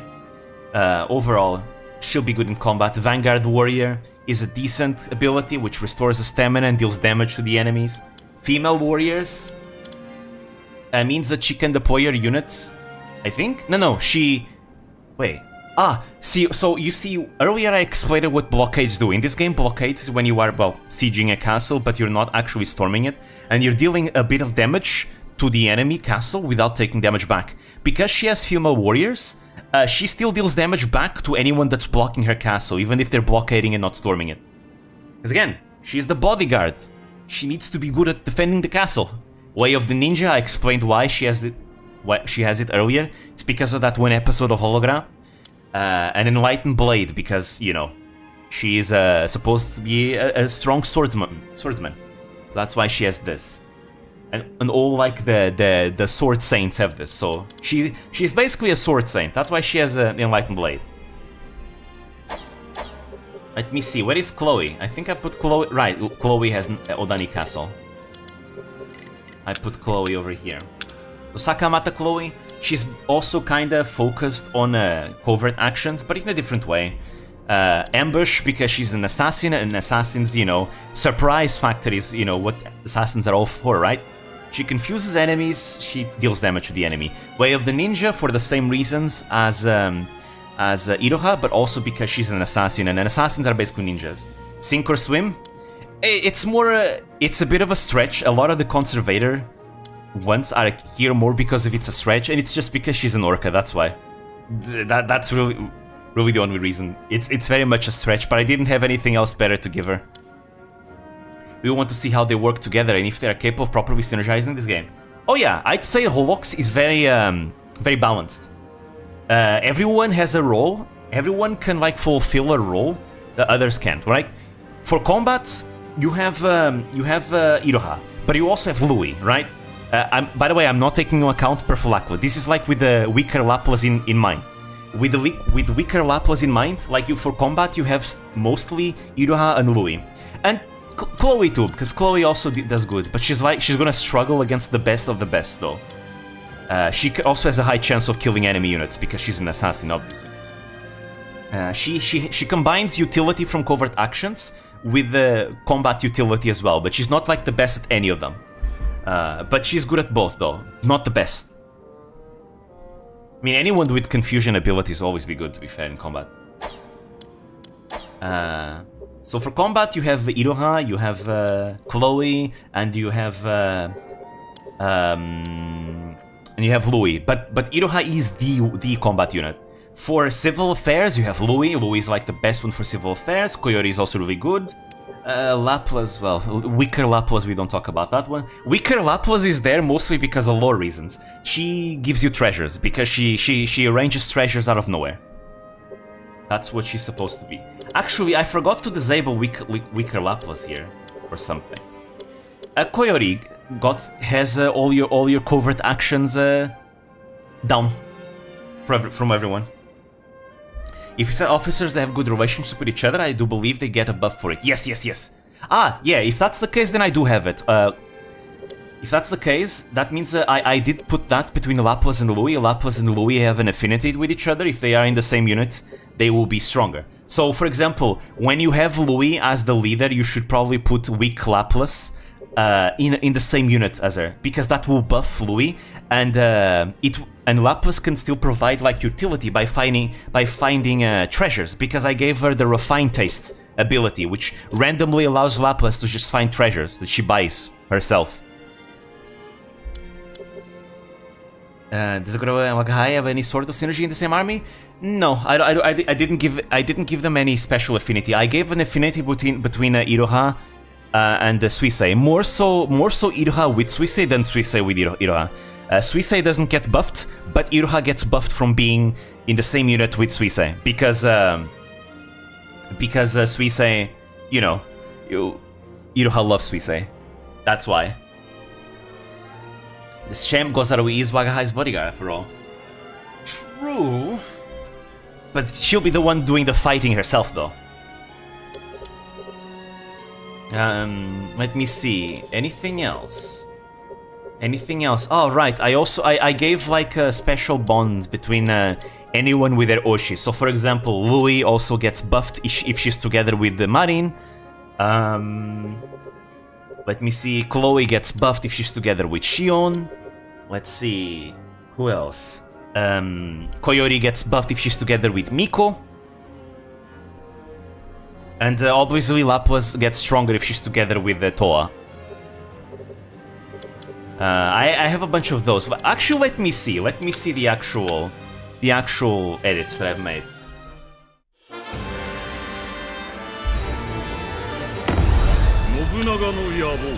Alright. So, let me see. I need to kinda put all the things. So, yeah, you can also like dictate like AI levels, right? How smart will be the AI playing with them, I think. Also how likely they are to rebel of you. Like, how much do you need of loyalty to like keep them happy? Like Pekora, for example, she's very likely to rebel against you because she's it's Pekora. Come on, of course she's gonna rebel. It's what she does. She's got the aristocrat origin talent because she's a princess, canonically. Really high stats. Scheme master cunning. Let's see. Right, so with Pekora, I gave her a deep affection with Hosho Marin, Shishiro Botan, and Muna Hoshinova. Those are the three. You can only have three maximum. I'd like more, but I can. So she gets buffed if she has any of these three in her unit. Right? For obvious reasons. Obviously, Muna and Botan are her right-hand woman and left-hand woman, respectively, and Hosho Marin, well, the two are very close. And she also is the sister of Botan because of the Sakazuki that they did together in Minecraft, where they did a ritual of Sakazuki, and they technically are now siblings as a result. But yeah, you got it here. Let me see. As for Muna, she also has the S rank AI level. Right. Unfortunately, there's only 3 voices you can give. You can only give the kind voice, the gallant voice, or the normal voice. There's not more. All the other voices are male voices. Let's see, with Muna, she's got the faithful adjutant. It is very lame, I really agree. It is very, very lame. Right, with Muna, I gave her an affection with Yofi and Pekora. Right. Yeah, she's Pekora's right-hand woman. Let me see, with Botan, also has the S rank. Yeah, the English dub only had one voice. It was so bad. It was so bad. It was so bad. And I played my Pekora campaign when the English dub was the only dub available. So every single female officer it was the same voice. It was so bad. Anyways, Botan is here. She's a monster. I'm very happy that they added because people asked for it. They actually added the Japanese voices. Finally, thank you. But yeah, Lami has a deep affection with Botan has an affection with Lami, with Toa and Pekora, and she's the sister of Pekora. Yeah, because they performed. There you go. See, she became Usada Pekora's left-hand woman after performing Sakazuki together. There we go. And she would be later on the main organizer of the massive event known as the 2021 Summer Festival. Mori Calliope, she's got an A rank AI level. She's gallant, neutral tenet. Let me see. She's got the Red Cavalry and Cavalry Commander traits for obvious reasons, and Decapitator for obvious reasons. Meritocracy for obvious reasons too, and Ghost Coins. Well, let me explain the Ghost Coins, because I'm very proud of giving her Ghost Coins. Ghost Coins is a reference to Sanada, the Sanada clan, right? Sanada Yukimura is the one that has his ability, right? And Sanada Yukimura, those coins are supposed to reference the 6 coins of the Sanada clan crests. Those coins are supposed to represent the toll that you have to pay to the ferryman of the Sanzu River when you die, right? Which is why I find it absolutely fitting that I give Kali the Ghost Coins ability. It's literally the coins you have to pay for the ferryman to go to the afterlife. Otherwise, you can't cross the Sanzu River. It's great. Anyway, she's really good at combat. Anyway, she has a deep affinity with Kiara and Suisei. And she's the relative of Kobo, because we all know that she's the uncle dad of Kobo. That's why. There we go. And I might have gotten a bit too spicy with Kali's description. A legend whose guts earns her as many enemies as her exploits earns her the envy of lesser people. Shots fired, Twitter. Anyways, Takanashi Kiara got a B rank AI level. She's pretty strong. She's also like a frontline warrior. Really high politics stats because she's a very good speaker. She has holo talk. Politics stats tends to be for civil affairs, and civil affairs tends to include like construction, territory development, taxes, diplomacy, how well you are at like talking, things like that. And that's why Kiara has like a really high politics level, because she's overall she's a very good project manager actually, and she's really good at the she's the one that created Holotalk. She was the one that ended up acting as a bridge between Holo EN and JP early on in Myth, so that's why she's here with really high politics stat. I think it really fits her. She has high valor. From the way you made it sound, I thought you put something lewd in the description. Oh no, no, I didn't. She's got the Phoenix ability, which is very fitting, although it unfittingly makes others more susceptible to illness, which, has nothing to do with Kiara, but, it's called Phoenix, so I have to give that ability. She has an affinity with Gura, Kali, and Pekora, because her Oshi is Pekora. I sometimes get sick of Kiara. No, but she's great. I love her. And she's also a relative of Kobo, because she's Kobo's mama. His mommy Kiwawa, after all. There we go. She remains one of the whole life's greatest ambassadors, acting as a bridge between Japan and overseas. Exactly. She deeply admires Pekora and likewise follows in their tyrannical footsteps as Tencho of KFP. There we go. Wait, no. Let's see, so... Oh no, that's... there we go. Tokoyami Toa. She's got a gallant voice, which fits. Little Demon. There's a lot of characters with Little Demon ability. I really put a lot. And a lot of people that have Marksman, because they're very good at Apex Legends, so of course I have to give them Marksman. Anyways, let me see what I put here. Let's see, with Toa I gave her a deep affection with Aqua, Suisei, and Botan. This is the team start and bond.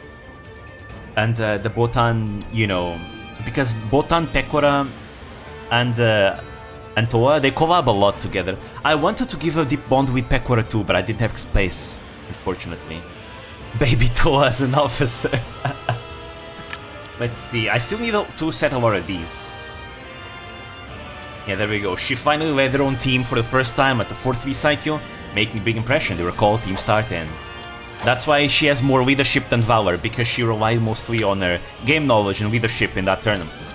Tsunomaki Watame is here mostly as a meme for the Watame Shogun. I mean, her stats and abilities are a reference to the Watame Shogun meme.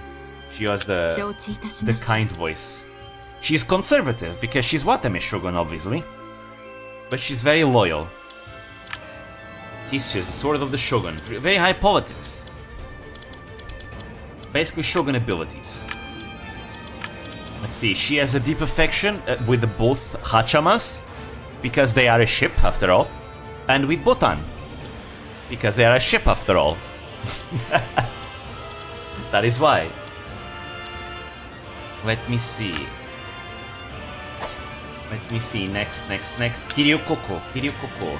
An A rank level. Normal voice. Almost maxed out valor. Watame Factory, yeah. She's got the Heroic Resolve, Unbroken Pride, Rising Dragon, Dragon of Echigo, all the dragon abilities. Let's see, she's got a deep affection with Hachama, specifically Hachama, not Hato, Hachama, because they have their Hololive EN Gen 0 bond with Sakuramiko and Kanata. Those three. Those are the bond, the special bonds. No matter where she goes, she always lives up accordingly to her free and rebellious spirit. That's Kiryu Koko. The original bridge that connected Japan and overseas. Ah, Coco. And we have Kanata. There you go. She's conservative because of her idol views. But I gave her the Christianity just because she's an angel. That's why the Christianity religion. I don't usually mess with religion, but I gave her just because of that. Let's see. She's got really high intelligence because she's one of the highest scorers of the Choco Sensei quiz. I think she's the second highest scorer in whole life after Botan. So she has really high intelligence, really high valor, heavy crush because of that grip strength. Let me see.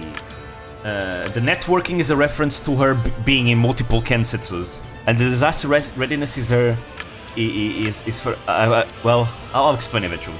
But anyway, she has a deep affection for Coco, but I wonder if I should put one for Suisei as well.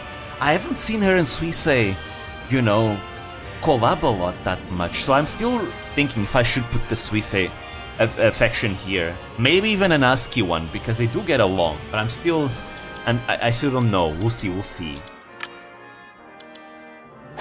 She's an emotional pillar to her friends. Let's see, then we have Rushia, Uruha Rushia. Fortunately, Scotty, the artist, he had a lot of, good artworks that I could use for that were fitting for the period. So I ended up using one for Rushia. And she's got she's got a C AI level because, you know, it's Rushia. Come on, Rushia herself told us she has a low IQ level, you know? So obviously I need to put this. If from everyone, Kanata is on 6th place. Okay, yeah, because I remember there were like others that were way higher if you count everyone. Because Nishi-sanji had like an overall higher score than Hololive in the Choco quiz, yeah. So as a reference to that, I gave her 40 int. It's below average.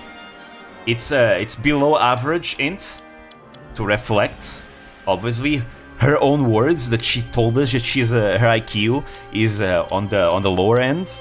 And honestly, I was kinda nice to her because this is actually not too well. Okay, it's not good, but it's not too bad compared to others, right? I ultimately decided to give her high politics because I feel like she has some abilities that actually have some legitimacy to it. You know, she's able to gain people to her side. You know, she's a good speaker in many ways. So civil affairs. Amahio got 1 point less than Botan. Oh, I never heard of that one actually. I never heard of that one VTuber. I don't know who she is. Is she from VSPO? Because I remember there were a lot of VSPO VTubers also taking part. Or either VSPO or like, what was it? Hanimare? Is that the name? I forgot. It's India. Okay. So Rushia has Hot-Blooded, which is the same ability that Pippa and Tenma have. You know? She actively seeks enemies in battle, and outside of battle, she might just cause like a border dispute and just set out on her own to attack the enemy and cause a war. Because she's not patient, though, she gets pissed off. No, because she gets pissed off. That's why. And a wave of despair and immovable. Let's see. Relatives, she has deep affection for Hosho Marin. There we go. Let me see. Then we have Motoyaki Yago. I decided to go with Yago. I didn't want to call him Tanigo because I feel like if I call him Motoyaki Tanigo, it would be a little bit too personal, you know? I don't know. I just feel like Yago is the memeable one that we all tend to meme, so I decided to go with just Yago. You know, it's the one we all know. I've been considering putting Riku Tazumi from the Anicolor also here, and maybe even Sakana from Face Connect. You know, that would be fun. But here's Motoyaki Yago. Urushi is a very calm, collected kind of individual. It's funny how Aqua have 1 point, but other Nishi-sanji members also get 1 point too. Yeah, I it's usually just in the context of Hololive that people talk about Aqua having just 1 point and being the lowest. But if we count Nishi-sanji, then yeah, she's not the only one with 1 point. But yeah, the Chad Yago, he's got an S rank AI level, and he's got the cool voice. Here you go. That's it. He's got a origin as a merchant. He's progressive. Oh, the indie VTubers have a bigger average, huh? Interesting. Yeah, he's got really high leadership. I know everyone loves Yago, but cool voice. This is hardcore as hell. I mean, you know, I had to play into the fence. I mean, look at the image. Look at the image I chose for Yago, you know? I had to play into that fantasy. Ikemen Yago, hell yeah. Cheer. The jewel of the land because, you know, increases the amount of trust during diplomatic negotiations because people love Yago. That's why. Oh, Nori Pro had the lowest amounts in the averages. Huh. But yeah, he's got really high politics, really high intelligence, really high leadership. Not much valor though. His valor is really low. He's not really a frontline fighter. As for deep affection, I was thinking, should I put the deep affection for like... Maybe I should put the deep affection with like let me see, the members that he's talked to in the past. Like Subaru, right? Because Subaru was supposed to be one of his favorites, right? One of his favorite idol. What is Subaru? I'm gonna put Sora too, because I feel it makes sense, right? She was the first one after all. Ozura Subaru, there we go. And I want to put Okayu too, because I feel like... I don't know, I feel like he likes... there was this one time, you guys remember that one stream? Not stream, that one very famous moment where Yago said that he wanted that he had a group that was just like AKB48. I remember in that talk that he, in his phone, he had an image of Nekomata Okayu in his phone. So that makes me believe that he likes Okayu a lot as well. So I'm gonna put Okayu there. Let me see. Okayu, Nekomata, Okayu... Wait, no. More here. Or towards here. Or maybe not. I think this is a stretch. I'll keep it Subaru on Sora. There we go. There we go. He's gonna make his idol dream come true, whether it's during the samurai times or not. Let's see, Omaru Polka, S rank AI level. She's got the gallant voice. Progressive, because it's Nobunaga's progressive. That's why she's progressive too. Again, she represents a lot here. I was looking away. Yago's unique bond with Polka, right? I think that's why I put like... Yeah, I put like a bond between Polka and Yago. Here. Polka has a bond with Yago. And Botan. There we go. I think I wanted to put someone else. Who else did I want to put? Not quite sure. I'll have to take a look at this in the future. But yeah, she has the same stats as Nobunaga. She has the Way of the Oda. And she has Demon King from Nobunaga as well. There we go. Deep within her rests the spirit of the Demon King of the Sixth Heaven. Now she takes upon Nobunaga's ambition as if it were her own. Hoshimachi Suisei, S rank AI level, gallant voice, obviously. Very strong. Very strong, as you can see. Very bloodthirsty, as you can see. Let's see. She's got a deep affection with Kanata, with Koko, and Kali. Yeah, those three. Then I should put like Kanata. I should definitely put then Kanata together with Suisei if I put it there. Yeah, let's do that. So many of them. Okay, it's better if I just do it like this. Let's go by valor. There's not many people that have 100 valor. There we go. Then we have Nakiri Ayame. Ayame, B rank AI level. She's got a normal voice. She's adorable. I decided to put her as a Buddhist mostly because, I mean, look at her. I feel like it fits in one way or another. Actually, I was starting to think to put most of them as Buddhists because it makes sense. Anyways, really high stats, good combat unit. I gave her a lot of ogre skills because she's an Oni. Let's see. Alright, I need to give her a deep affection. So, Which VTubers does Ayame have a deep affection for? I think she definitely has a deep affection with Mio. Let's put Mio here. Let's see, Okami Mio. There we go. Who else, guys? Is there anyone else that Ayame gets along really well? Should we put Marin? No, I think Marin is more of a meme. But other than Mio... Oh, I know! Right! Korone and Subaru. Korone and Subaru. I forgot about Subaru, but I feel like Subaru and Ayame get along very well too. Let's see, Subaru. Ozora Subaru. Ozora Subaru. Damn, there's so many of them! Ah! There's so many. Ozora Subaru. Ozora Subaru. Pardon me. And this doesn't quite go by alphabetical order. Well, actually, maybe it does. Maybe it does. No, it doesn't. Okay. It does not. It in fact does not. Alright, where did I put Subaru then?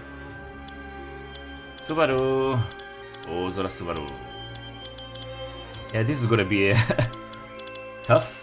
If I remember correctly, didn't I add Subaru by the time I was adding every single gen one after another? If that's the case, and Subaru is alongside the Gen 2s, no?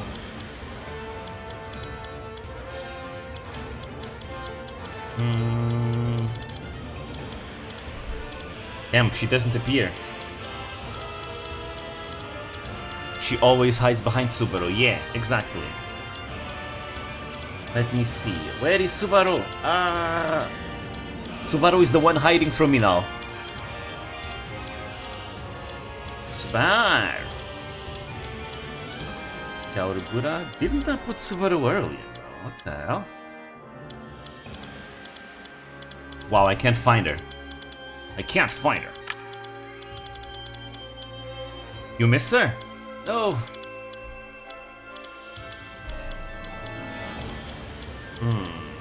Oh, Subaru Ozora, Subaru Ozora, Subaru Ozora, Subaru Ozora, Subaru Ozora, Subaru Ozora, Subaru Ozora, Subaru Ozora. Ah, there we go, found her. There we go. She's close to Aqua, yeah. There we go, there we go. Actually, yeah, let's go. That's it. Nakirion. An adorable Oni who wields the twin swords Rakshasa and Asura. Has an explained ability to soothe people's hearts through Nakirion, which can get dangerous should there be multiples of her in the same place. Alright, then we have Kazama Iroha. She's got an A rank AI level. She's gallant. High valor. Let me see. Yeah, she's got a deep affection with Suisei. Is there anyone else that she's like super close to? Like super close to? As in, you know, really good friends with?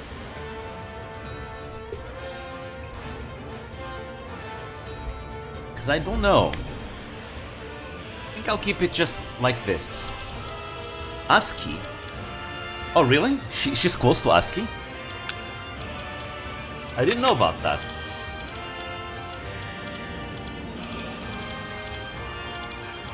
I wasn't aware that they do karaoke streams together all the time, huh? Okay then. Asuki it is. Let me see. Hakuyu Koyori. S rank AI level. She's very smart. She's progressive just because she would be the type to, you know, since she's the brain to Holox that creates all the tech and all that. I feel like in a game like Nobunaga's Ambition, she would be definitely leaning towards progressive. Because she would be one of those, ooh, guns are cool, let me use them. She even appeared in their shorts before Holox members. Huh. High int. Anyways. I hadn't created Sakura Miko before. Now I get to put Sakura Miko here. Anyone else that should have a deep affection? Maybe I should give her a deep affection with Pekora, because I feel like she actually wanted to work alongside Pekora back in back in Rust. It's just unfortunate she didn't see the letter. So I think I'll put Pekora over there as well. Nice. Anyone else? I'm not sure. Not sure. Let's see. Sakamata Chloe. A rank AI level. She's a ninja. Yeah. With Chloe, let's see. Who is Chloe? So I need to put one with Shion, obviously. I need to add Shion here. Because I had created Chloe before I created Shion, that's why I didn't add Shion here. Let's see, Murasaki Shion. Okay, next, I think she's close to Marin too, right? Because they have their BL love bond, right? I do think she's close to Marin. Besides, they also have a Umi-C bond in a way. But they are good friends, so I'm gonna put Marin here. Marin was one of my first ones, if I remember correctly. Marin. Marin trying not to touch her. There we go. Yeah. Anyways, next is Takane Lui. S rank AI level, she's got the kind voice. Let's see. Let's see. Okay, there we go. Now I can put both Laplaces here. Both Laplaces will be here. See, Laplace Dark. Perfect Laplace is there. Where's the imperfect Laplace? And Marin also needs to be there. Laplace Darkness, Laplace Darkness, Laplace Darkness. Laplace Darkness, there we go. Laplace Darkness, but with two S's instead. And Marin, there we go. Nice. Alright. Then we have Marin. A rank AI level. Let's see, she has an affection with a deep affection with the Usada Pekora. I'm gonna put Aqua as a relative. Because she's Aqua's mama after all. Obviously. Where is it? Aqua? There we go. And I'll put the deep affection with Aqua as well. Aqua.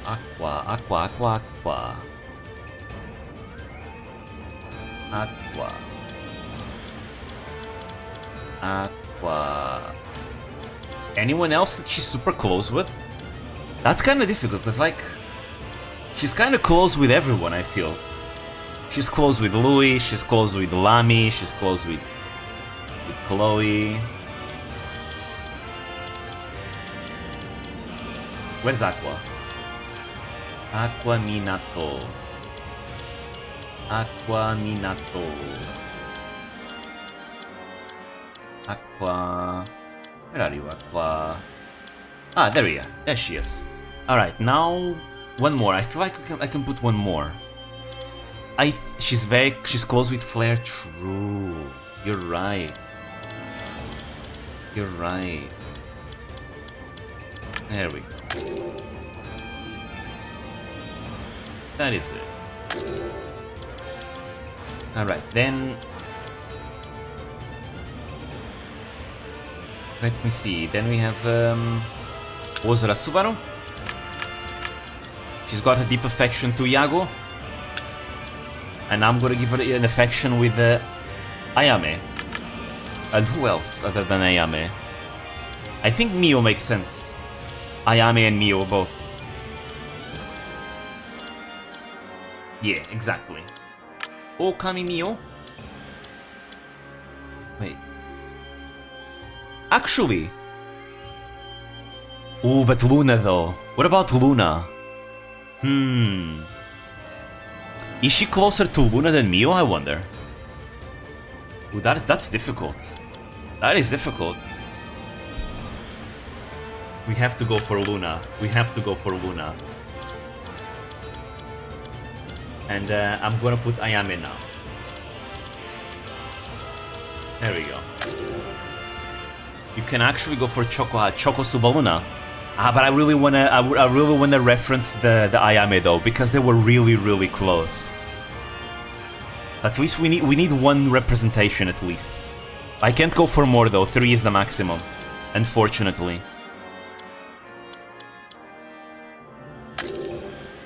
Let's see. Then we have Minato Aqua, S rank AI level because she's really good at games. Osho Marin. Let's see, who else is she close with? Other than Marin. Ah, Shion, obviously. Shion. Murasaki Shion. Let's see. Murasaki Shion. There she is. Who else? Who else is she? Okayu, right? She also has an affinity for Okayu because she wanted to date Okayu or something. I mean, you know, during the Okayu Wars. So we can add it here. Oh, no. Wait. Times have changed though. Times have changed. Suisei is a much bigger deal.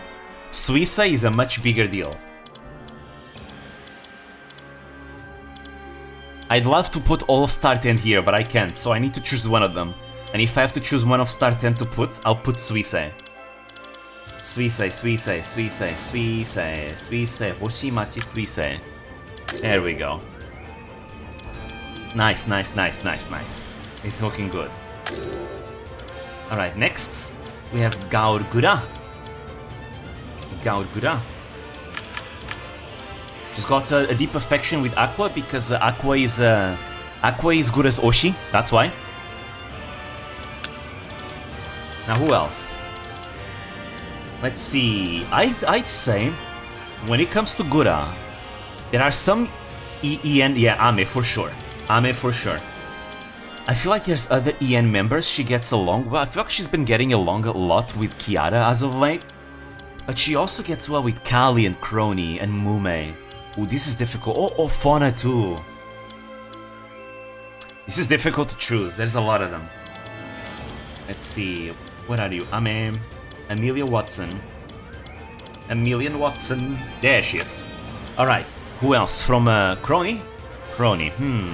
It's really difficult to choose. Crony is a good choice because I feel like both of them have a very similar vibe. But Fauna was the only person to actually go for the Ubu speak with Gura, right? And then with Mume can pretend to be Gura, can mimic her voice, and the two of them have done fun stuff with that. This is so difficult. I guess I can put Crony. But I really don't know. It's really difficult. I almost want to put Fauna, really.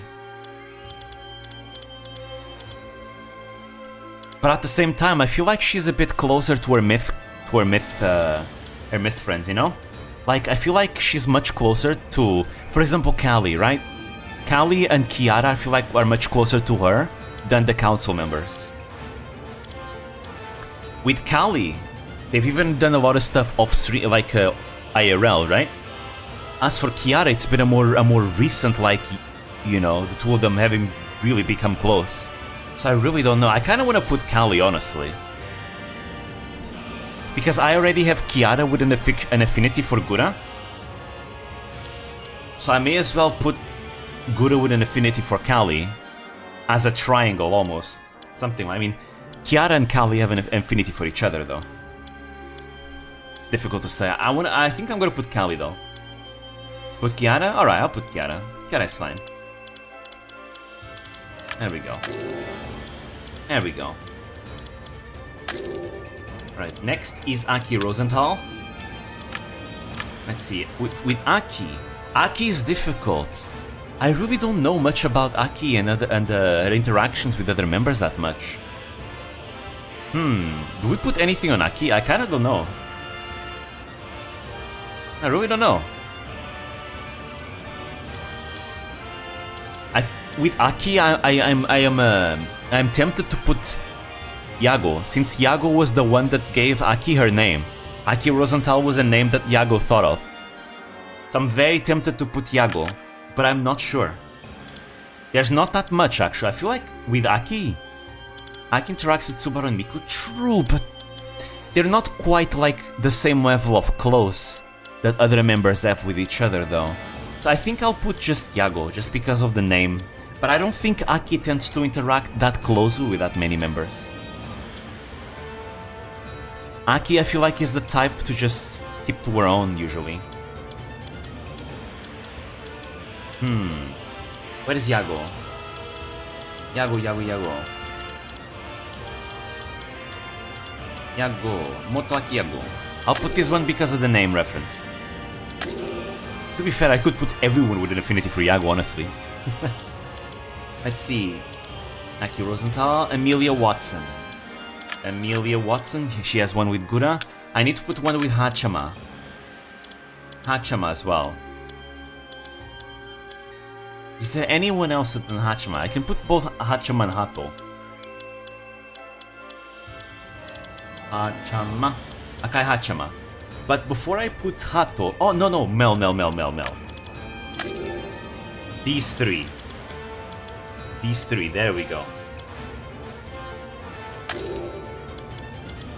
Then Finana... See, with Finana, it needs to be like Nijisanji members. When it comes to Nijisanji members, I don't have that many yet. Let's see, which Nijisanji members do I have? I have Enna. I have... I know, I'm gonna put Selene because of Ocean Law. I'll put Selene because of Ocean Law. Selene Tatsuki. There we go. It's a bit of a stretch, honestly. Yeah, but Ocean Law is a big thing. Other than that, I don't think there's anyone else I can put. I have Enna, I have Millie, I have Rosemi, but she doesn't interact that much with them. If I have Aster, I would put Aster, or maybe Pomu or Lyra, but I think this is fine. Just Selene is fine. And then we have Rosemi Lovelock. Rosemi Lovelock is gonna have one with Selene, because the two of them are, or honestly, I think they used to be much closer but in the past, but maybe we just don't see it as much, but I think they are close. I think Selene and Rosemi get along quite well. As well. Selene Tatsuki. That's it. With Millie and Rosemi, I don't think it makes a lot of sense. Why not with Rosemi? They interact, but it's nothing too like big of a deal, I feel. Right? They're just like they're regular interactions as co-workers, I'd say.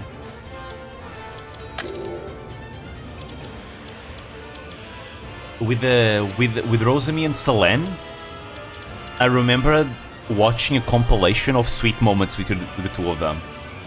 And Rosemi has a lot of trust in Selene, I think.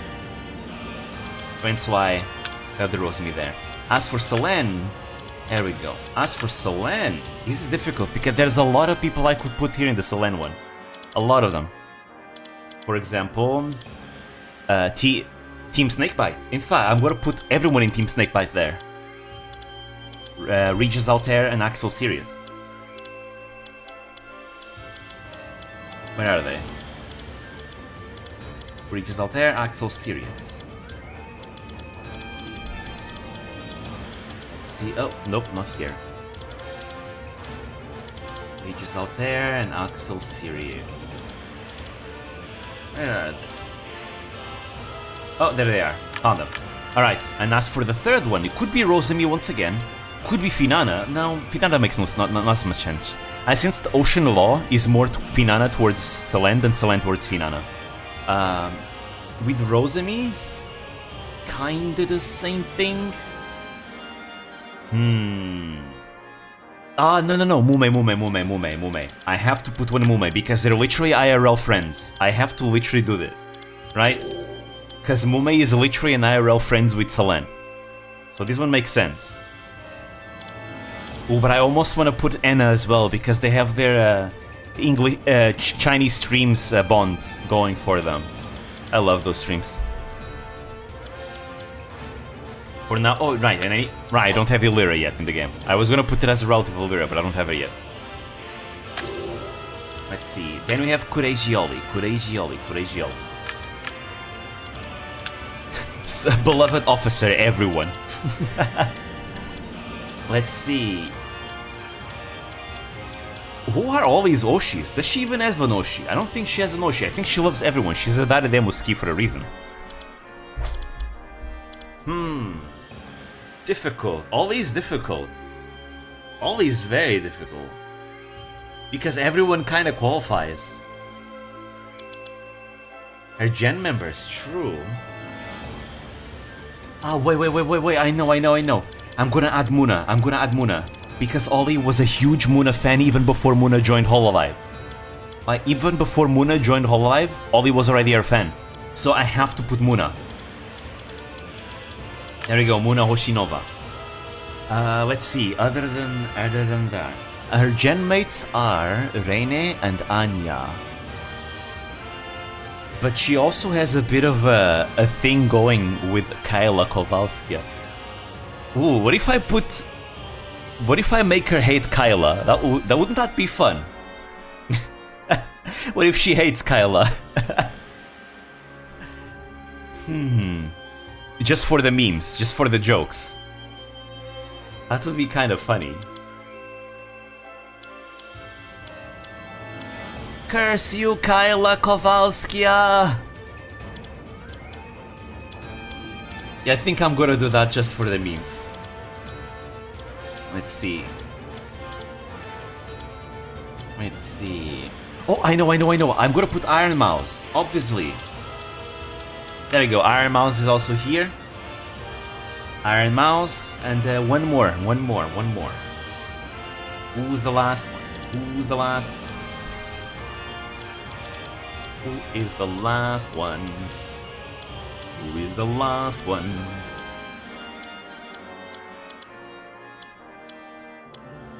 If I could put like her liking and hating Kyla at the same time, I would, but you can't. If you put likes, you cannot put dislikes at the same time, which is a shame. I almost am tempted to put Matsuri, just because early on when Ollie debuted, she and Matsuri were interacting a lot together, and both of them like playing Apex as well. So maybe I'll put Matsuri. What do you say? Should I put Matsuri? I kind of would have put Matsuri. They played the Apex a lot recently. And I'm gonna put Matsuri then. I feel like Matsuri makes a lot of sense. Just because they've interacted a lot. And then remember, there's so many clips of Ollie just absolutely fangirling over Matsuri. It's beautiful to see. So I wanna put her with an affinity for Matsuri. There we go. Natsui to Matsuri. And as for the disgust, for the memes, for the jokes, I'm gonna put Kyla Kowalska because Kyla is her foil. There we go. Nice. There we are. Let's see, then after Ollie, we have Iron Mouse. For Iron Mouse, I already have Ollie over there. I wanna put someone else, but there's not that many people I can put. I'm not gonna put Coco. That one is reserved for someone else. I think for now I'm gonna keep it as is. She keeps fangirling everyone though. Good point. That is a good point. But yeah, with Ollie, with Iron, I think I'm gonna keep Iron Mouse as is. Oh, or should I put Kali? When I put Booby, I will put Booby. Now I'm gonna keep it for Booby once I add Booby, and I'm gonna put someone else from. Oh, you. No, don't worry. That's gonna be Booby. Booby is gonna be the one. As for other than Booby, I don't have Booby in the game yet. I have to add him. I was focused on finishing all the Hololive members. But, so I'm gonna reserve one slot for Booby, and another slot is gonna be reserved for who? I think I'm gonna reserve it for another member of V Shoujo that I think, for example, like who? Who's in V Shoujo that she's very close to? Used to be. I think she's still kind of close to Nyanners. Connor. I'll add Connor and Booby at the same time. Yeah. That's what. You know what? I might just do that. You know what? That sounds like a fun idea. You know, if I added Yago as himself, I'll add Connor. Fine, I'll do that. I'll actually do that. Honestly, at this point, I'll just add Gigak and Joey as well.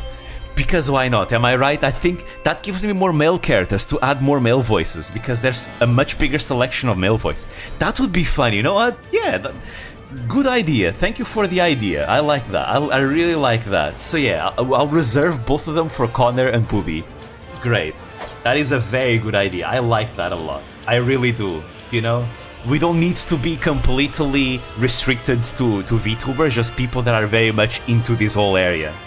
At that point, I might just add the goddamn Japanese comedians. Anyways, Yuzuki Choco. S-rank AI level, because she's very smart. Let's see. I guess with Choco, I can add Luna. I can add Luna and Subaru. Let's see. And then we have the Choco Subaluna going here. Let's see. Luna. Wee Mama. I need to add Wee Mama then. I'm gonna keep one slot for Wee Mama. You know what's gonna be funny? If I add Wee Mama and I make her hate Subaru to reference the amount of times Subaru has been disowned. That would be funny. As well. Okay, where is Subaru? Subaru is next to Aqua, as you said earlier. So I just there we go. There's so many VTubers I need to add, like so many. We have 83, but I want to have more than 200. So there's still a lot of work to be done. A lot of work for those streams. Anyways, Nekomata Okayu is next. S-rank AI, because she's her. I need to put her with Korone. I added Okayo before Korone. Also, don't forget Pochi. Yeah, I need to add Pochi. And Rurudo, while I'm at it. I may as well add Rurudo Sensei as well. That is a lot to add. Fortunately, the limit of officers in this game is 1,000, so I'm pretty sure we're not gonna run out. Oh, Pochi's new work is great? Oh, I need to take a look then. I have a friend of mine who also likes her work. Zero likes her work a lot from the server. Let's see, so this is Okayu. Obviously I need to put Korone. Korone, Irugami, Korone. Gura is already there. Korone. There we go. And who else? Because I think Okayu is also close to a lot of people. Okay, she's the flirt. Let's see, Korone, Gura and Korone are both here.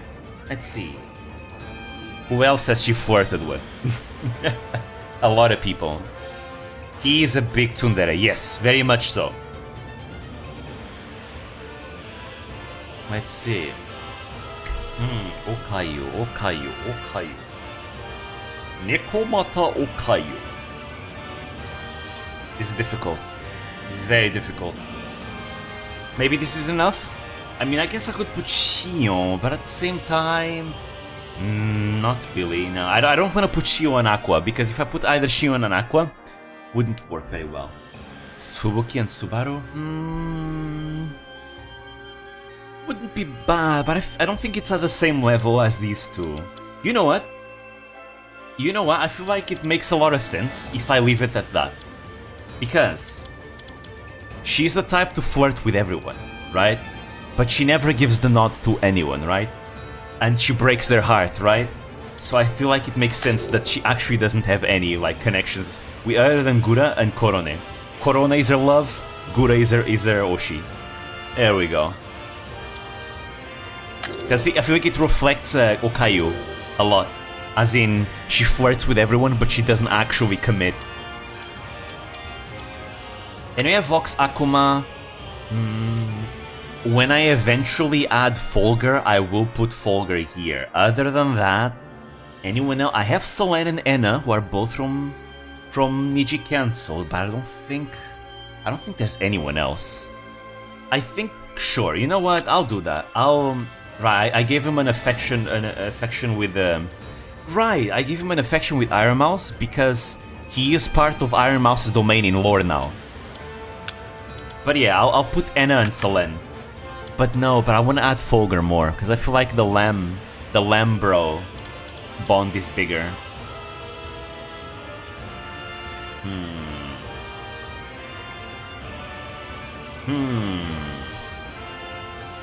Difficult. I feel very tempted to put Niji Cancel, but I'm gonna save the slots for like Ike Eveland, or another's like that. I feel like he's closer with some of his Luxian boys.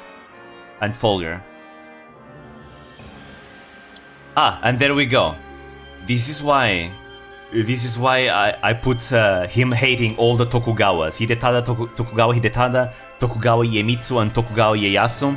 Because it's lore accurate. He hates the Tokugawa shogunate. Because of his lore. Do you see the clips of Niji and IRL meeting? I don't think so. I don't think so. Been a while since I've watched Niji Sanji. I feel like most of the Niji Sanji that I've watched lately has been Selene, Enna, and a bit of Rosemi. I haven't watched that much, and it's been usually them doing solo streams. Well, Rosemi has been collabs. I watched their Risk collab yesterday. But I haven't seen much of Niji Sanji as of late. I've been watching more Face Connect instead. A mix of Hololive and Face Connect. You don't know Nina, Enna, Reimu, and Millie goes into... Wait, really?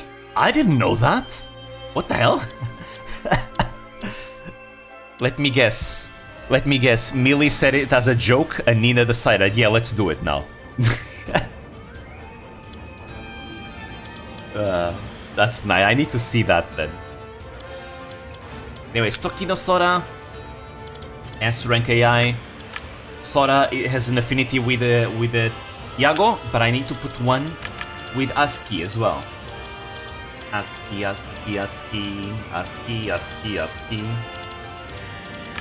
There we go. Let's see, we got ASCII, we got Vox, no, not Vox, ASCII and Yago. Ah, I'm gonna put one with Echan, obviously. I have Echan. I was going to put her with an affinity for Yofi, because she and Yofi are honestly pretty close. But Echan, I mean, come on. They were friends before Hololive was even created. I have to put Echan. Obviously. There we go. That is it. Let's see. Then we have Robocall. Who is Robocall gonna have a deep affection with? I'm gonna be honest, I don't know as much about Robocall, so I don't know who is she close with. I really don't. I am very much clueless. Robocall was the second Hololive member ever after Sora. But I don't know if they're I don't know if they're close. I don't think so. I really don't know what to put for Robocall. She sung with ASCII and she sung with others as well, but I really don't know. Vox, Kyo, Anna, Millie, Inina, Reimu, Ike, and Wilson IRL meeting. Interesting. But yeah, I'm clueless when it comes to Robocall. Maybe I won't put anything. Maybe I won't put anything for Robocall. Until I learn more about her. Yeah, I think I'll leave it empty until I learn more about Robocall. Robocall? It's Matsuri? Oh, so she's close with Matsuri? Really? I didn't know that. I didn't know Robocall and Matsuri were close. Let's see, Matsuri... Natsui to Matsuri, there she is. Oh, there we go. Robocall. Then we have ASCII. Wait, what? That's alright? Yeah. Let's see, there we go. So there we go. With ASCII, it's already there. It's Tokino Sora, Hoshimachi Suisei, because Inonaka bonds. And I decided to go for Usada Pekora because ASCII was Pekora's great partner during the Rust collabs, and ever since, I actually have seen Pekora and ASCII collab way more often than you'd think, and the two of them have actually kind of become friends, which is very unexpected. I never expected like ASCII and Pekora to become friends, but they actually kind of have. So that's why I decided to put Asuki with Pekora here. I was tempted to put others as well, like Iroha, but ultimately I decided for Pekora because I feel like there's a lot going for them. There we go. She was Pekora's secret associate during Rust Season 2, supplying Pekora with all the resources she required for ultimately Victoria's lone stand against the world. And you have Sakura Miko. With Miko it's already there. She has a deep affection for Sora, because Sora is her Oshi. Amelia, because she likes blondes. And Coco. I was gonna put Hachima and Watame as well, but I can't. Because she likes all the blondes. I decided to put Coco, and she hates Suisei. I decided to put a disgust with Suisei, because Miko and Suisei are strictly business partners. They are strictly business partners. And they have a rivalry going on as well, right? So I decided to put for the memes Suisei and Miko, you know, they're enemies. I forgot to put this on Suisei as well. Let me put it on Suisei too. Where is it? Where is it? There we go. There we go. I completely forgot about this. Because the order of these VTubers is in order of how when I added them. That's the order. So you can kind of tell as I scroll who I added first and who I didn't add first. It's a bit... There we go. Nice. Alright, let's go back. Sakura Miko, Sakura Miko. There we go. Next is Ninomai Inanis. And with her, I haven't put anyone else yet. Let's see, with Ina, I was actually gonna put Ina with a lot of the artists. For example, Poch Sensei. When I add Poch Sensei, I'm gonna put Ina with a bond with Poch Sensei. But I guess I can add Yofi in here. Because she and Yofi, they've had plenty of artist collabs. Yofi.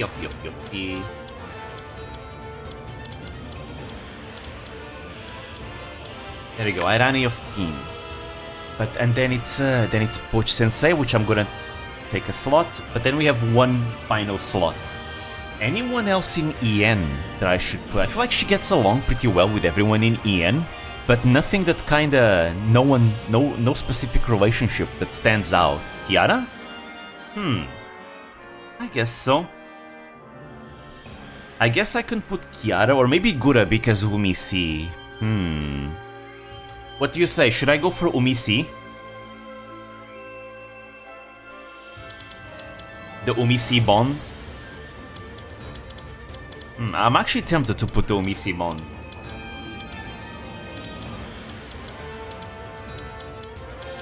It's a shame that it's so limited because I'd like to put more. I'll put Gura for now. I'll have plenty of time to change this. Let's see. Then we have Akai Hato. She's close with Watame and Coco, because again, she has a ship with Watame, and she and Coco, you know, we all know about the two of them. Very close. Coco is literally Hato is literally Coco's Hoshi.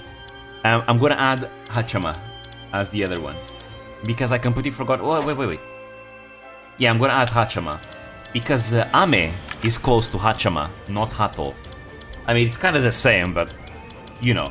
Usually, because Hachama is the one that speaks the EN, right? Add Matsuri and Wait, really? Why?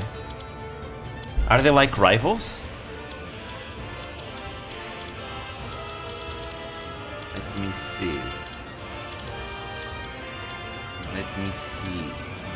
Hachama. There we go. Are they like rivals or something? Or is it like an old story that I don't know?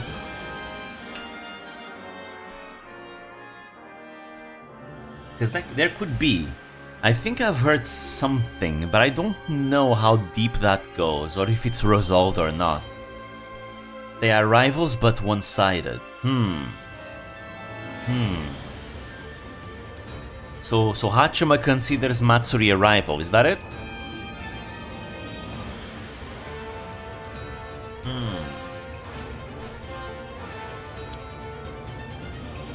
Interesting.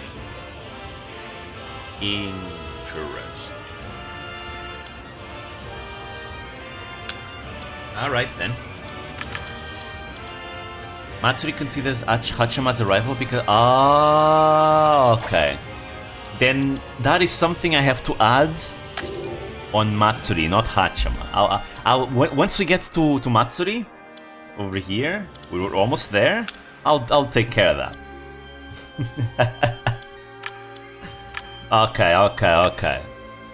I get it, I see. Okay, Emilia, Coco, and Hacham. Well, I could put Hato, but I think I'm gonna put Watame. Watame, should I? Yeah, I'll put Watame as well. Watame Shogun. She's around here. It was one of the first ones I put. There we go, Tsunamaki Watame. There we go. That's Yozora Mel. As for Yozora Mel, obviously she has a deep affection with Yuzuki Choco, and I think that's it. Actually, no, Amelia Watson.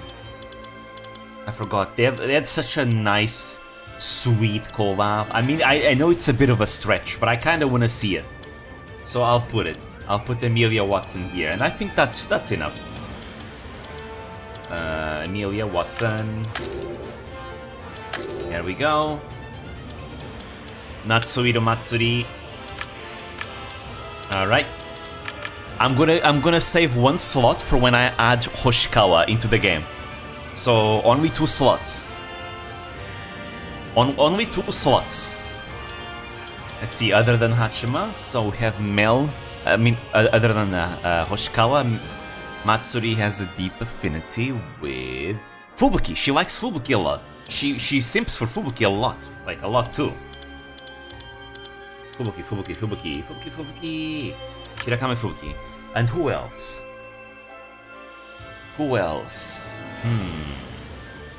Should we add Ollie over here, or should we add someone else?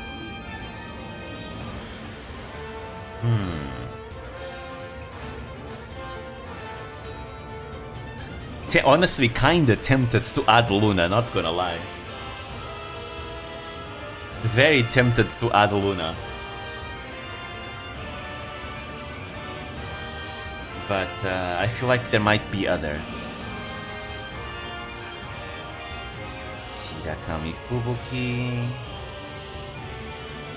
Any ideas? I feel like there's more.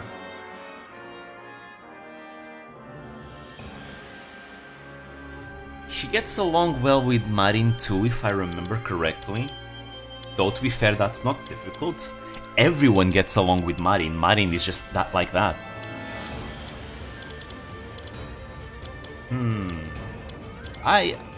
Fine, it might be... Maybe it's not accurate anymore, but I feel like putting Luna here. Maybe. I don't know. I really don't know. I'll put Ollie for now. Yeah. I think I will put Ollie for now. Or I can keep it like this. Also, it's fine.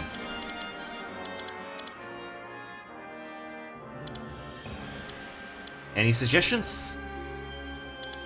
But I really want to put the Luna. Nah, I'll put... Luna, can't remember them interact other than the official channel?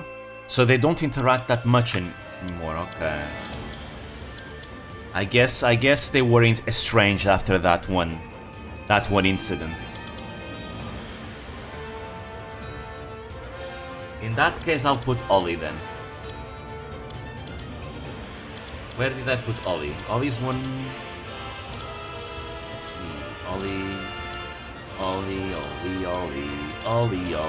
There she is. And the last slot is for Hoshikawa.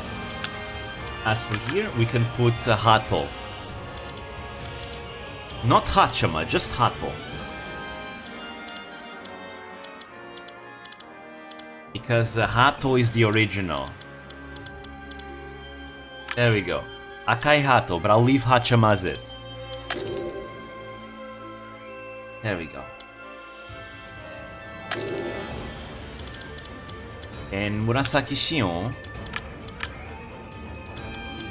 Okay, Shion's already with Okayo, with Gura and Aqua. Alright, all good here. She got married to Gura. She's good friends with Aqua and she loves Okayo. And then we have Shirogane Noel. I need to put her with Flare. Shiranui Flare, Shiranui Flare, Shiranui Flare, Shiranui Flare. Shiranui Flare. Where is she? Ah, there she is. Let's see, who else? I'd say she and Pekora also get along pretty well. Marino.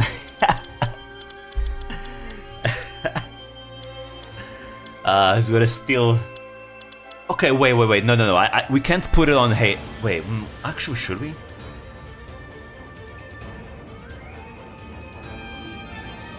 Hasn't Marin also flirted with Noel, though? I have a feeling that Marin has also flirted Noel at some times, though. It's difficult to say. And then Okayo also flirts with Hatsubaru. Ooh, right, she's a Haijo. You're right. Subaru. There we go. I think I'll put Pekora because I think even though they kinda mess with each other all the time, Pekora and Noel do get along, all things considered. Unless I put someone else, maybe from Shiraken. The Shiraken bond is strong. Yeah, I think I'll put Pekora for now. There we go. Let's see. Then we have Flare. Flare already has the Noel. I guess I'll put Marin here. Marin. Anyone else other than Marin that she gets along well? Other than obviously Noel and the Marin? Osho Marin? Marin and Polka. Right. Shiraken. You're right. Shiraken. Inugami Korone. She already has her bond with Nekomata Okayo. Other than Okayo, who else should it be? I actually have no idea. Who does she get along very much with? Okayo and Subaru. Okay. Subaru.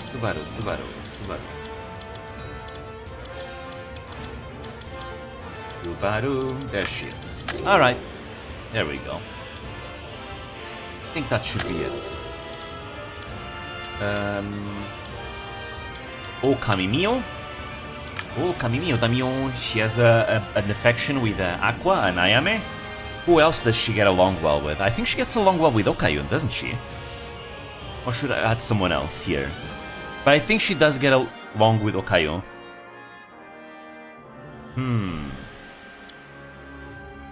I'm tempted to put Okayo here.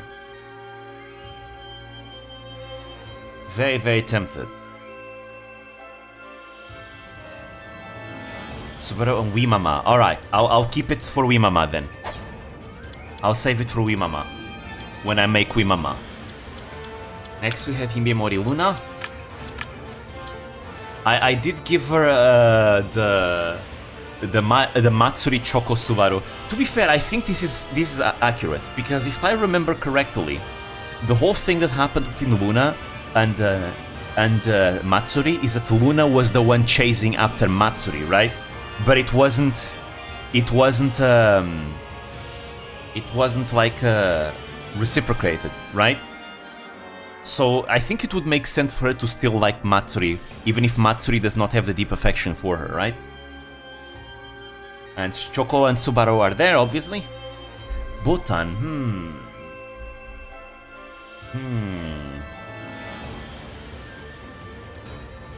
I wonder... I can see why Botan, because they have collabed a lot as part of that group, right?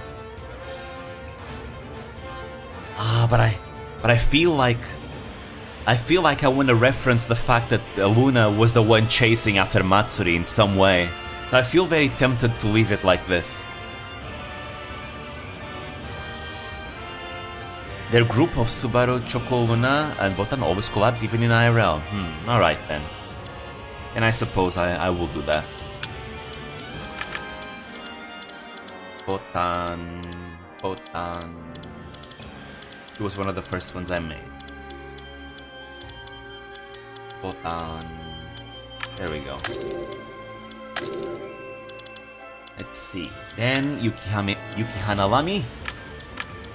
Yukihanalami, she has got a bond with Marin, because Marin is her Oshi. And Shishiron, because they're married. Let's see. Finally, who else should be? I was kinda wondering, between Nene and Polka, which one should it be? Botan, Marin, and Polka. So she's closer to Polka than Nene, really? I always thought that she was a bit closer to Nene. Also Nene, exactly. Goddamn, this game only gives me 3 slots. Why? Why, game? Why? She's closer to Nene. Alright, then I'll put Nene. Let's see. Nene is the daughter in the relationship, after all.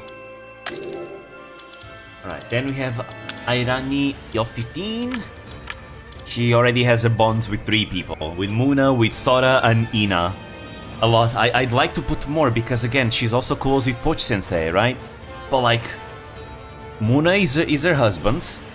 Sora is like... She's like the one person that is able to treat Sora as an equal, and Sora really appreciates that. Like, she's actually gotten pretty close to Sora. And Ina, because they have artist bond. But this is so difficult. It's a shame. I won't be able to put Poch Sensei here. But this one works, though. Yeah, they do. And we have Ayun Darisu. She has a bond with Muna and Yofi from Area 15, but anyone else, I wonder? Ah, right. I added Oga. This was before I added Oga. You're right. Yeah, definitely. There we go. I created Risu before Oga, that's why he isn't here. But definitely, they have the same birthday, they make covers together all the time.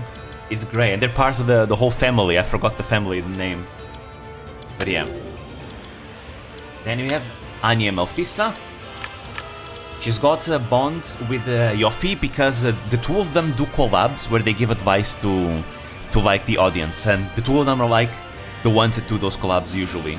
But I wonder, who else should it be here with Anya? I don't quite know who Anya is like close with. I'm gonna be honest. Ollie? Alright. They are gen mates, so I guess it would make sense. But I haven't watched much of Anya since her debut. Back in her debut I watched her a lot because she's an Umineko fan, right? And obviously, any Umineko fan immediately has bass taste, so Anya has very much bass taste. But I haven't watched her that much because her choice of like games isn't quite mine, so that's why. I haven't watched her as much. I only see Anya with Ollie and Reine. Yeah, same. But I don't know if they are very much close, though. That is why. I guess I can add Reine, though. I guess it still makes sense to add Reine. Cavalier Reine. Then we have Cavalier Reine. There we go. She has a bond with Kiara and Ollie. And I haven't put anyone else, but I guess I could put Anya, or is there anyone else that I should put? Other than this.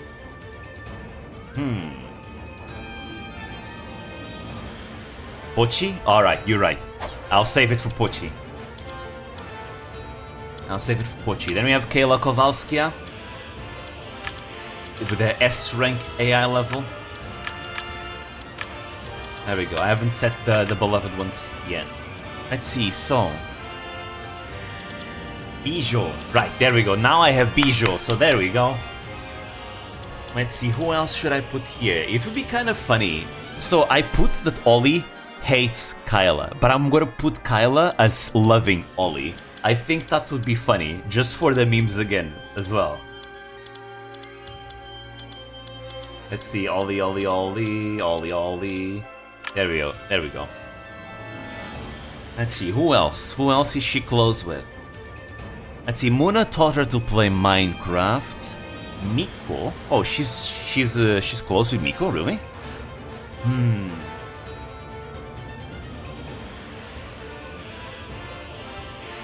Really? I wasn't aware they were close. I almost feel tempted to put... She adores Miko. Ah, okay. Okay, in that case I'll put Miko then. Miko, Miko, Sakura, Miko, Sakura, Miko. Speaking about simping and Kyle, I just remembered that maybe I need to go back on Okayu and put her as liking Kyla, because if I remember correctly, Okayu is a firm believer of Okayu's religion. Crony, true, she's also a fan of Crony. Oh, this is difficult. In that case, I should. In that case, I'm not gonna put Ollie. I'll put yeah, rivals with Crony. Wait, really? Miko, Crony. Where's Miko? Sakura Miko. There you go. Miko is here. Crony. Because if I remember correctly, Crony is actually one of her Oshis, right? They are rivals, Zell, and collabs. Okay, interesting. Because if I remember correctly, Crony is also like Kyla's Oshi, if I remember correctly. They're like friendly rivals in a way.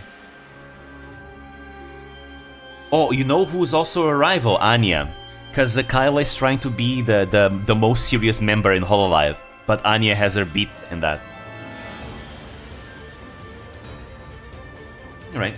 I'll keep it as like this though, because they don't hate each other though. For now, I'll keep it like this. But ooh, tempted to put Anya here though, just for the one-sided rivalry that she has with Anya, because she wants to be the most serious member in the Hololive.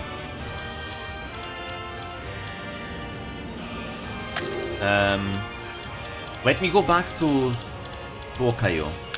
We may have our third member. Kyla Kowalski is the third member. Okayu is a firm believer of the Kyla temple, and she brings more believers into the temple. So I feel like it makes sense for Okayu to like Kyla a lot. Let's see, where is Kyla? Let's see. Kyla. There you go. There you go. Alright, back to where we were. I think we're almost at the end. Toei all thinks Kyla is a god? Another one, let's go. And you have Kobo Kanairu. She has a deep affection for Takanashi Kiara, but I was thinking of giving it one for Sora too. I was thinking of also giving a deep affection with Kali. Oh, wait, Altair. I need to put Altair, obviously. Rage's Altair, there we go. Now, I think I'll put Kali here. Yeah.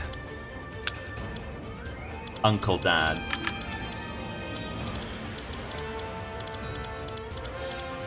Let's see. Uncle Dad, where are you? Kali was one of the first ones I created, so yeah, there she is. Nice. And she's relatives with Kiara. Nice. Then we have Zeta. I don't know who Zeta is close with. I haven't watched Zeta that much yet. I need to watch her more. So I am very much clueless on who is Zeta close with. Do you know? Any ideas?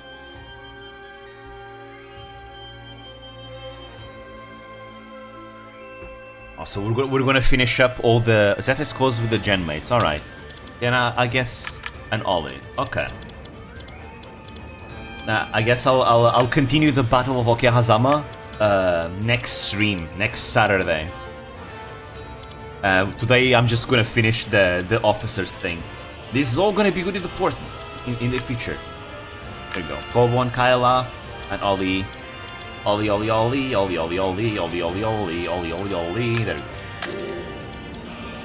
There you go. There you go. Iris. She is family. She's family with the Bay, so obviously I'm gonna put Bay here. Bay and Callie. Anyone else? I wonder.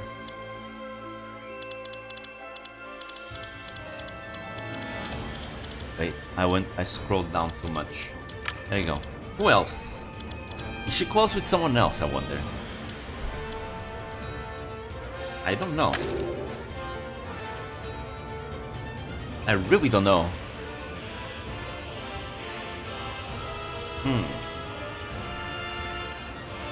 I think for now I'll keep it like this. With ASCII, okay. Makes sense. V-Singer Unity.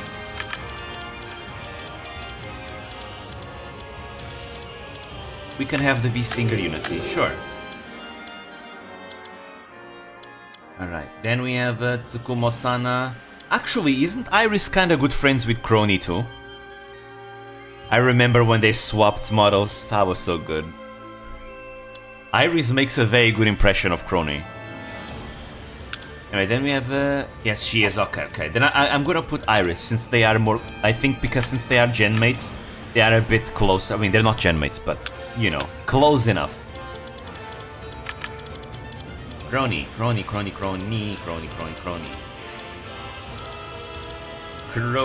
aku sayang Crony.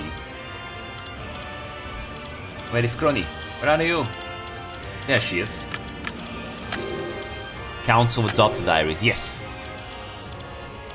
Speaking about adoption, Sana. Tsukumo-sana, she has an affinity with Ina and Yofi. Ina because they're childhood friends. Wait. Oh wait, I just realized I didn't put Sana on Ina. Yeah. But before I go back to Ina, who else is Sana close with? I think she was close with someone from JP, if I remember correctly, but I don't remember who. Crony?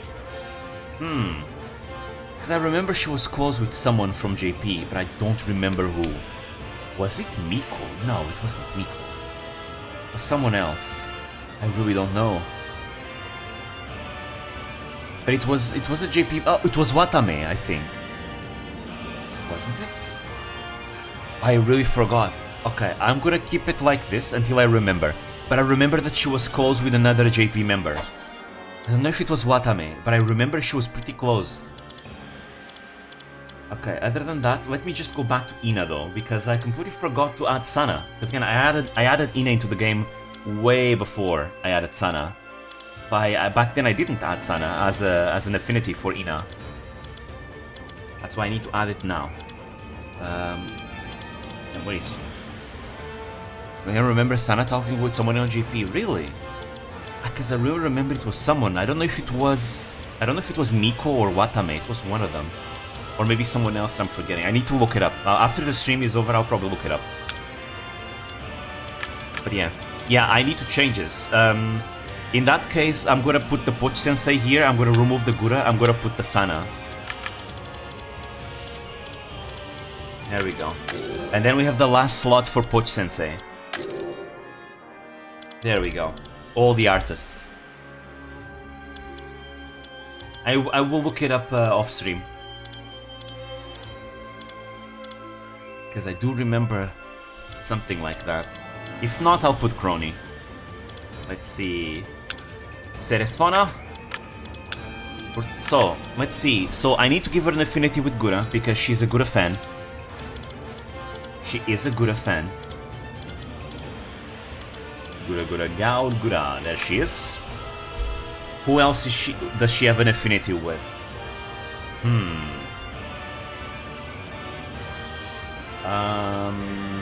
Crony and Mume, of course. Crony and Mume, okay. I'll put Crony and Mume. It's just when it comes to council, I'm not as knowledgeable about. So I might fail here. There we go. When we get to Shiori, I'll make her have an affinity for fauna. Alright. Then Crony. Crony is gonna have an affinity for Gura as well. They get along quite well. Who else other than Gura though? Who else should we put here? Mumei's her wife, you're right. Mumei. There we go. And who else?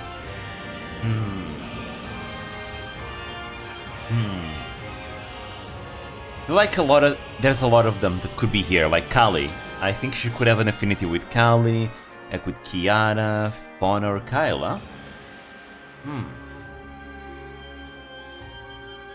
I'm gonna go with Kyla, because I just remembered the NPC clips in my head. I need to put Kyla. I need to put, yeah.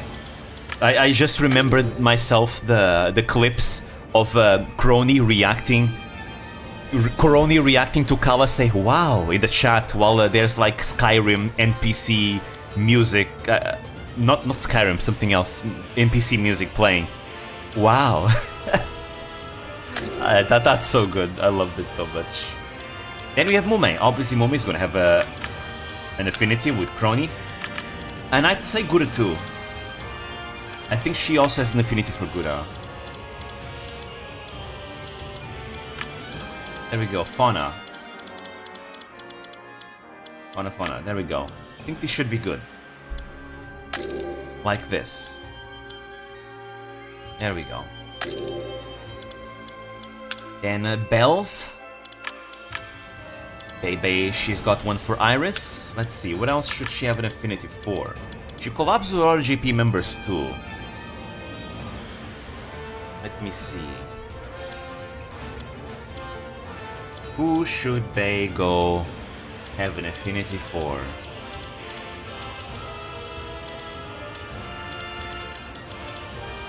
Should I go for Mumei again? I think she gets along quite well with Mumei, right? Iris, Kali, and a lot of JP. Yeah, exactly. Kali, you're right. I need to go for Kali. Never forget the hey Kali, let me smell your feet. Yeah, let's put Kali there. And finally, a lot of JP. Oh, this could be so many. This could be so many. Subaru, alright. Right, because Ozura Keisatsu. The Ozura Keisatsu bond. There we go. Then we have Astel Leda. He's got his cool voice. Same as Yago. He's got a deep affection for Nene and Yago, and I need to find someone else. I will add more Holostar members in the future, though. Matsuri? Oh, you're right. You're right. So, Nene, because Nene is Astel's Oshi. Astel really likes Nene. And Yago, because, again, he is a big defender of Yago. So, Matsuri makes sense. You're right.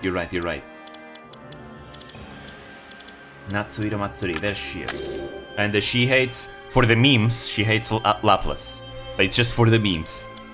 Because of the Rust collabs. And we have Axel. We got deep affection for Selene. I'm gonna add one with Altair. Where is Altair? There we go. There we go. Is anyone else? I don't know much about Holostars. I know more about JP Holostars than I do EN Holostars. Because I've been watching JP Holostars for longer. I'd like to do a video on Astel in the future. He's the Holostars member that I'd like to make a video about the most. But I don't know about if there's anyone else. I think this is it, right? I think this is it. Genmates or indies? I think I'll keep it like this for now. Then we have Regis, Altair. He's got a bond with Axel, with Kobo and Selene. You know, I think everything is fine here. Then we have Aragami Oga. He's got an affection, there we go, with Risu and Fubuki. Who else should it do? I think I should probably, when I add more Holostars members, I should probably add one of them here for the deep affinity. Until then, I think I'll keep the slot open and keep just Risu and Fubuki. They collab a lot. Let's see. The perfect Laplas with 3 S's. She has an affection for Toa and Lui, as expected. And she hates Astel for the memes. And the reason why Sora, it's specifically just for lore, and it's completely a headcanon. The perfect Laplas sees Sora as the one threat between her and Japanese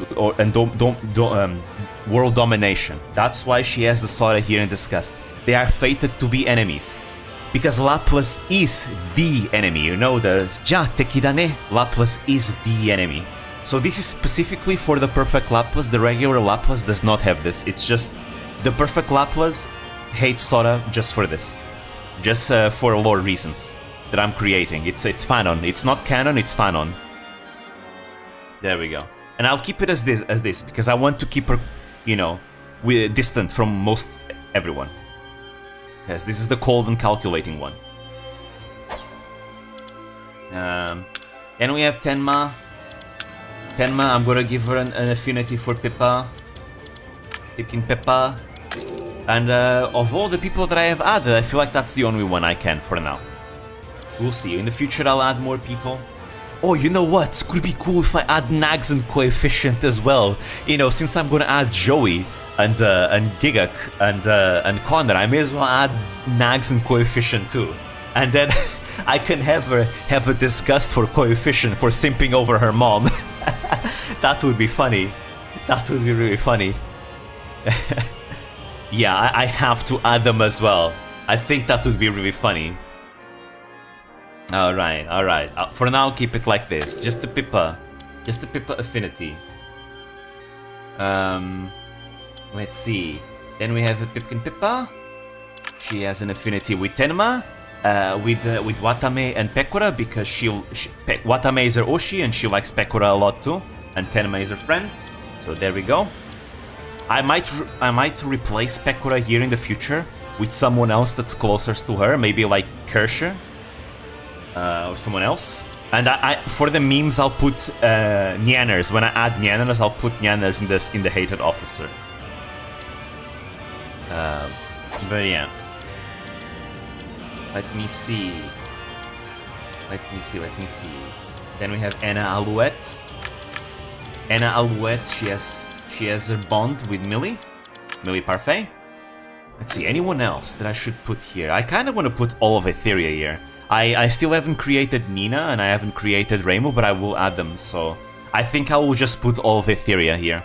I feel like her bond with Etheria is far greater than the bond with anyone else. But I'm very tempted to put Selene because I feel like she and Selene get along well too, but I feel like her bond with Etheria is far greater. That's what I feel at least. So for now, I'll keep it like this. You need to add Kyo. Need you cancelled bonds? I was thinking about that with Selene, right? But I feel like just Etheria in general, they get along a lot between each other, right? That's why I feel tempted to put like Reimu there, for example. Even though Reimu and Anna kind of hate each other, but for memes, they do love each other at the same time. Let's see, Millie Parfait. She's got her with Anna Alouette, and I think it applies the same thing for her. Well, with Millie... No, with Millie, she actually might have better interaction with someone else, but I still feel like she has a much bigger bond with Etheria, though. For sure. That's what I feel. Or maybe I should put Luca here, because I feel like she has really good interactions with Luca. When I eventually add Luca, I'll put Luca here. Then we have Echan. Echan's got a bond with Yago and Sora, but I'm gonna add one with Nodoka-chan. Harusaki Nodaka. There we go. Manager bond. Harusaki Nodaka. There she is. She's got her... Oh! Wait, I remember. Axel. Axel serious. Axel needs his bond with Nodoka-chan. Obviously. There we go. Now that looks much better. Obviously. There we go. As for Nodoka herself, I don't think anyone else fits. I think maybe I could put Yago as well, but I'm not sure. For now, I'll keep it just A-chan. For now. And as for the managers I put the ones that they manage mostly. She's very close to Kiara, but I think she's also close to Gura. I mean, not quite close in a friendly way, but in a professional way. I feel like Gura has talked about like stories about Genma and things like that. So I'll put Gura there, both Kiara and Gura. There we go, Gaor Gura. There we go. Let's see. And then we have... Wait, no, that's J-Chad. Then we have Enma. Enma has an affection with... Oh, right, okay. Then I guess I should probably put one with Genma as well. There we go. There we go. Wait, there we go. And Enma has an affinity for Genma and Ina, because Ina is the one that Enma manages the most. And that's it, I think. Tempted to put also Ame, but I feel like she is mostly just a Ina manager, I think. So, other than that, let's see, J-Chat. She has an affinity with Enma, Genma, and Kali. There we go. Well, if that's the case, maybe I should just put here with J-Chan. No? I don't know, actually. I'm speculating a lot at that point. But yeah, there we go. And then now we have Advent, which are the last ones. Shiori Novella. Shiori Novella is going to have an affinity for Fauna. Is anyone else that she likes from Hololive? I don't remember. She considers her own genmates to be her Oshis. But I think she said that she likes Fauna as well. I'll add Fauna here. But I don't know about anyone else. And I don't have slots to add them all. So this is difficult. I don't know what to put here. See, the thing with Advent is that we're about to learn more about them as the time goes on. It makes it more difficult that they're so recent. That is why. Most of them retire, yeah. She did say that the people that she really liked, like as an Oshi, were people that already retired, yes. She's been in the hole for a long time. But I think from Hololive she said she liked Fauna because they have a similar taste in the fashion, apparently. But until then, I'm gonna add Nerissa and Bijou there, for now. For now. This is gonna change in the future, because we're gonna learn more about Shiori in the future. But or maybe I can just keep her like this. Just Fauna and no one else. We don't need to force, like, the bonds. There's no need to force it. Let's see, where is Fauna? Fauna. There we go. Let's see. Then we have Nerissa. Obviously, she has an affinity with Takanashi Kiara. I think, but she got married to Ollie yesterday, so we have to add Ollie here as well. Because of her marriage yesterday. Ollie. Reiji Ollie. Let's see, anyone else that she gets along quite dearly in Hololive? I don't remember. I mean, she kind of gets along with everyone, because she's apparently been just making friends overall. But for now, I think I'll keep it like this. I'm always married with everyone. True. I'll keep it like this for now, though. Because we don't have much to go by, since she's still new.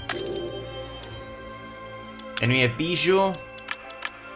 We have to put Kyle over here, obviously. Kyla Kowalskia. Where is she? I think she's later. There she is. See, anyone else other than Kyla? Didn't she have another Oshi other than Kyla?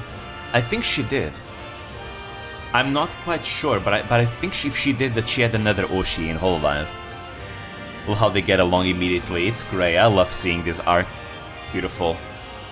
But yeah, I don't remember which other is her Oshi. I'll need to see off screen, because I really forgot. Alright, other than that, any of them? Obviously Fuwawa and Mokoko is gonna have an... There we go, it's already there. Mokoko... Fuwawa has an affinity with Mokoko and Polka because the twins love Polka a lot. And then Mokoko has an affinity with Fuwawa and Polka. And I feel like that's it. I feel like that's it. That's all 83 characters that I've added so far. We're not even halfway done with all the characters I will add. There's still a lot to add. A lot to add. A lot of Nijisanji members, a lot of small corpo members, a lot of indies. Hell, now I'm gonna add even non-VTubers, just people that are very much associated with a VTuber rabbit hole. I'm gonna add them all. I'm gonna add them all. It's gonna be fun. I think this is gonna be a very fun thing in the future. I'm so goddamn excited to do that, but it's not gonna be anytime soon. Asmongold. Oh, yes. He's falling into the hole. I should add Asmongold too. And, it's a shame I don't know much about Cassie, the other VTuber. Because I would put Asmongold and Cassie in the same clan together, but I don't know much about her, so what stats and abilities will I give her, right? I don't know what to give her, that's why. Okay, this might be even much more fun than I thought it would be. Huh. I'm really excited for this. But yeah. I spoiled you guys my plans for the future. God damn. I'm sorry for everyone that came here that wanted to see more of my historical campaign. I'll probably put it in the title, Battle of Okehazama plus a tease for the future plans. But I'll continue this Sunday with the scenario, you know. Next, because look, we've only gone for 7 months, right? We still have the entire 7 years to go through, right? So next Saturday we can just do it normally, and we'll see the Battle of Kawanakajima as well. But yeah, this is it. Tomorrow there's another stream. I'm gonna collab with Dino on Apex, so that's gonna be fun. I've been getting myself into Apex once again recently, so I want to show you guys my newfound skills. Because I've been spamming the mini games, the game modes, and those game modes have been really good to practice my gunfights. So yeah, thank you guys for tolerating me nerding out. I'll see you guys next time. Bye bye, sweet dreams. Yeah.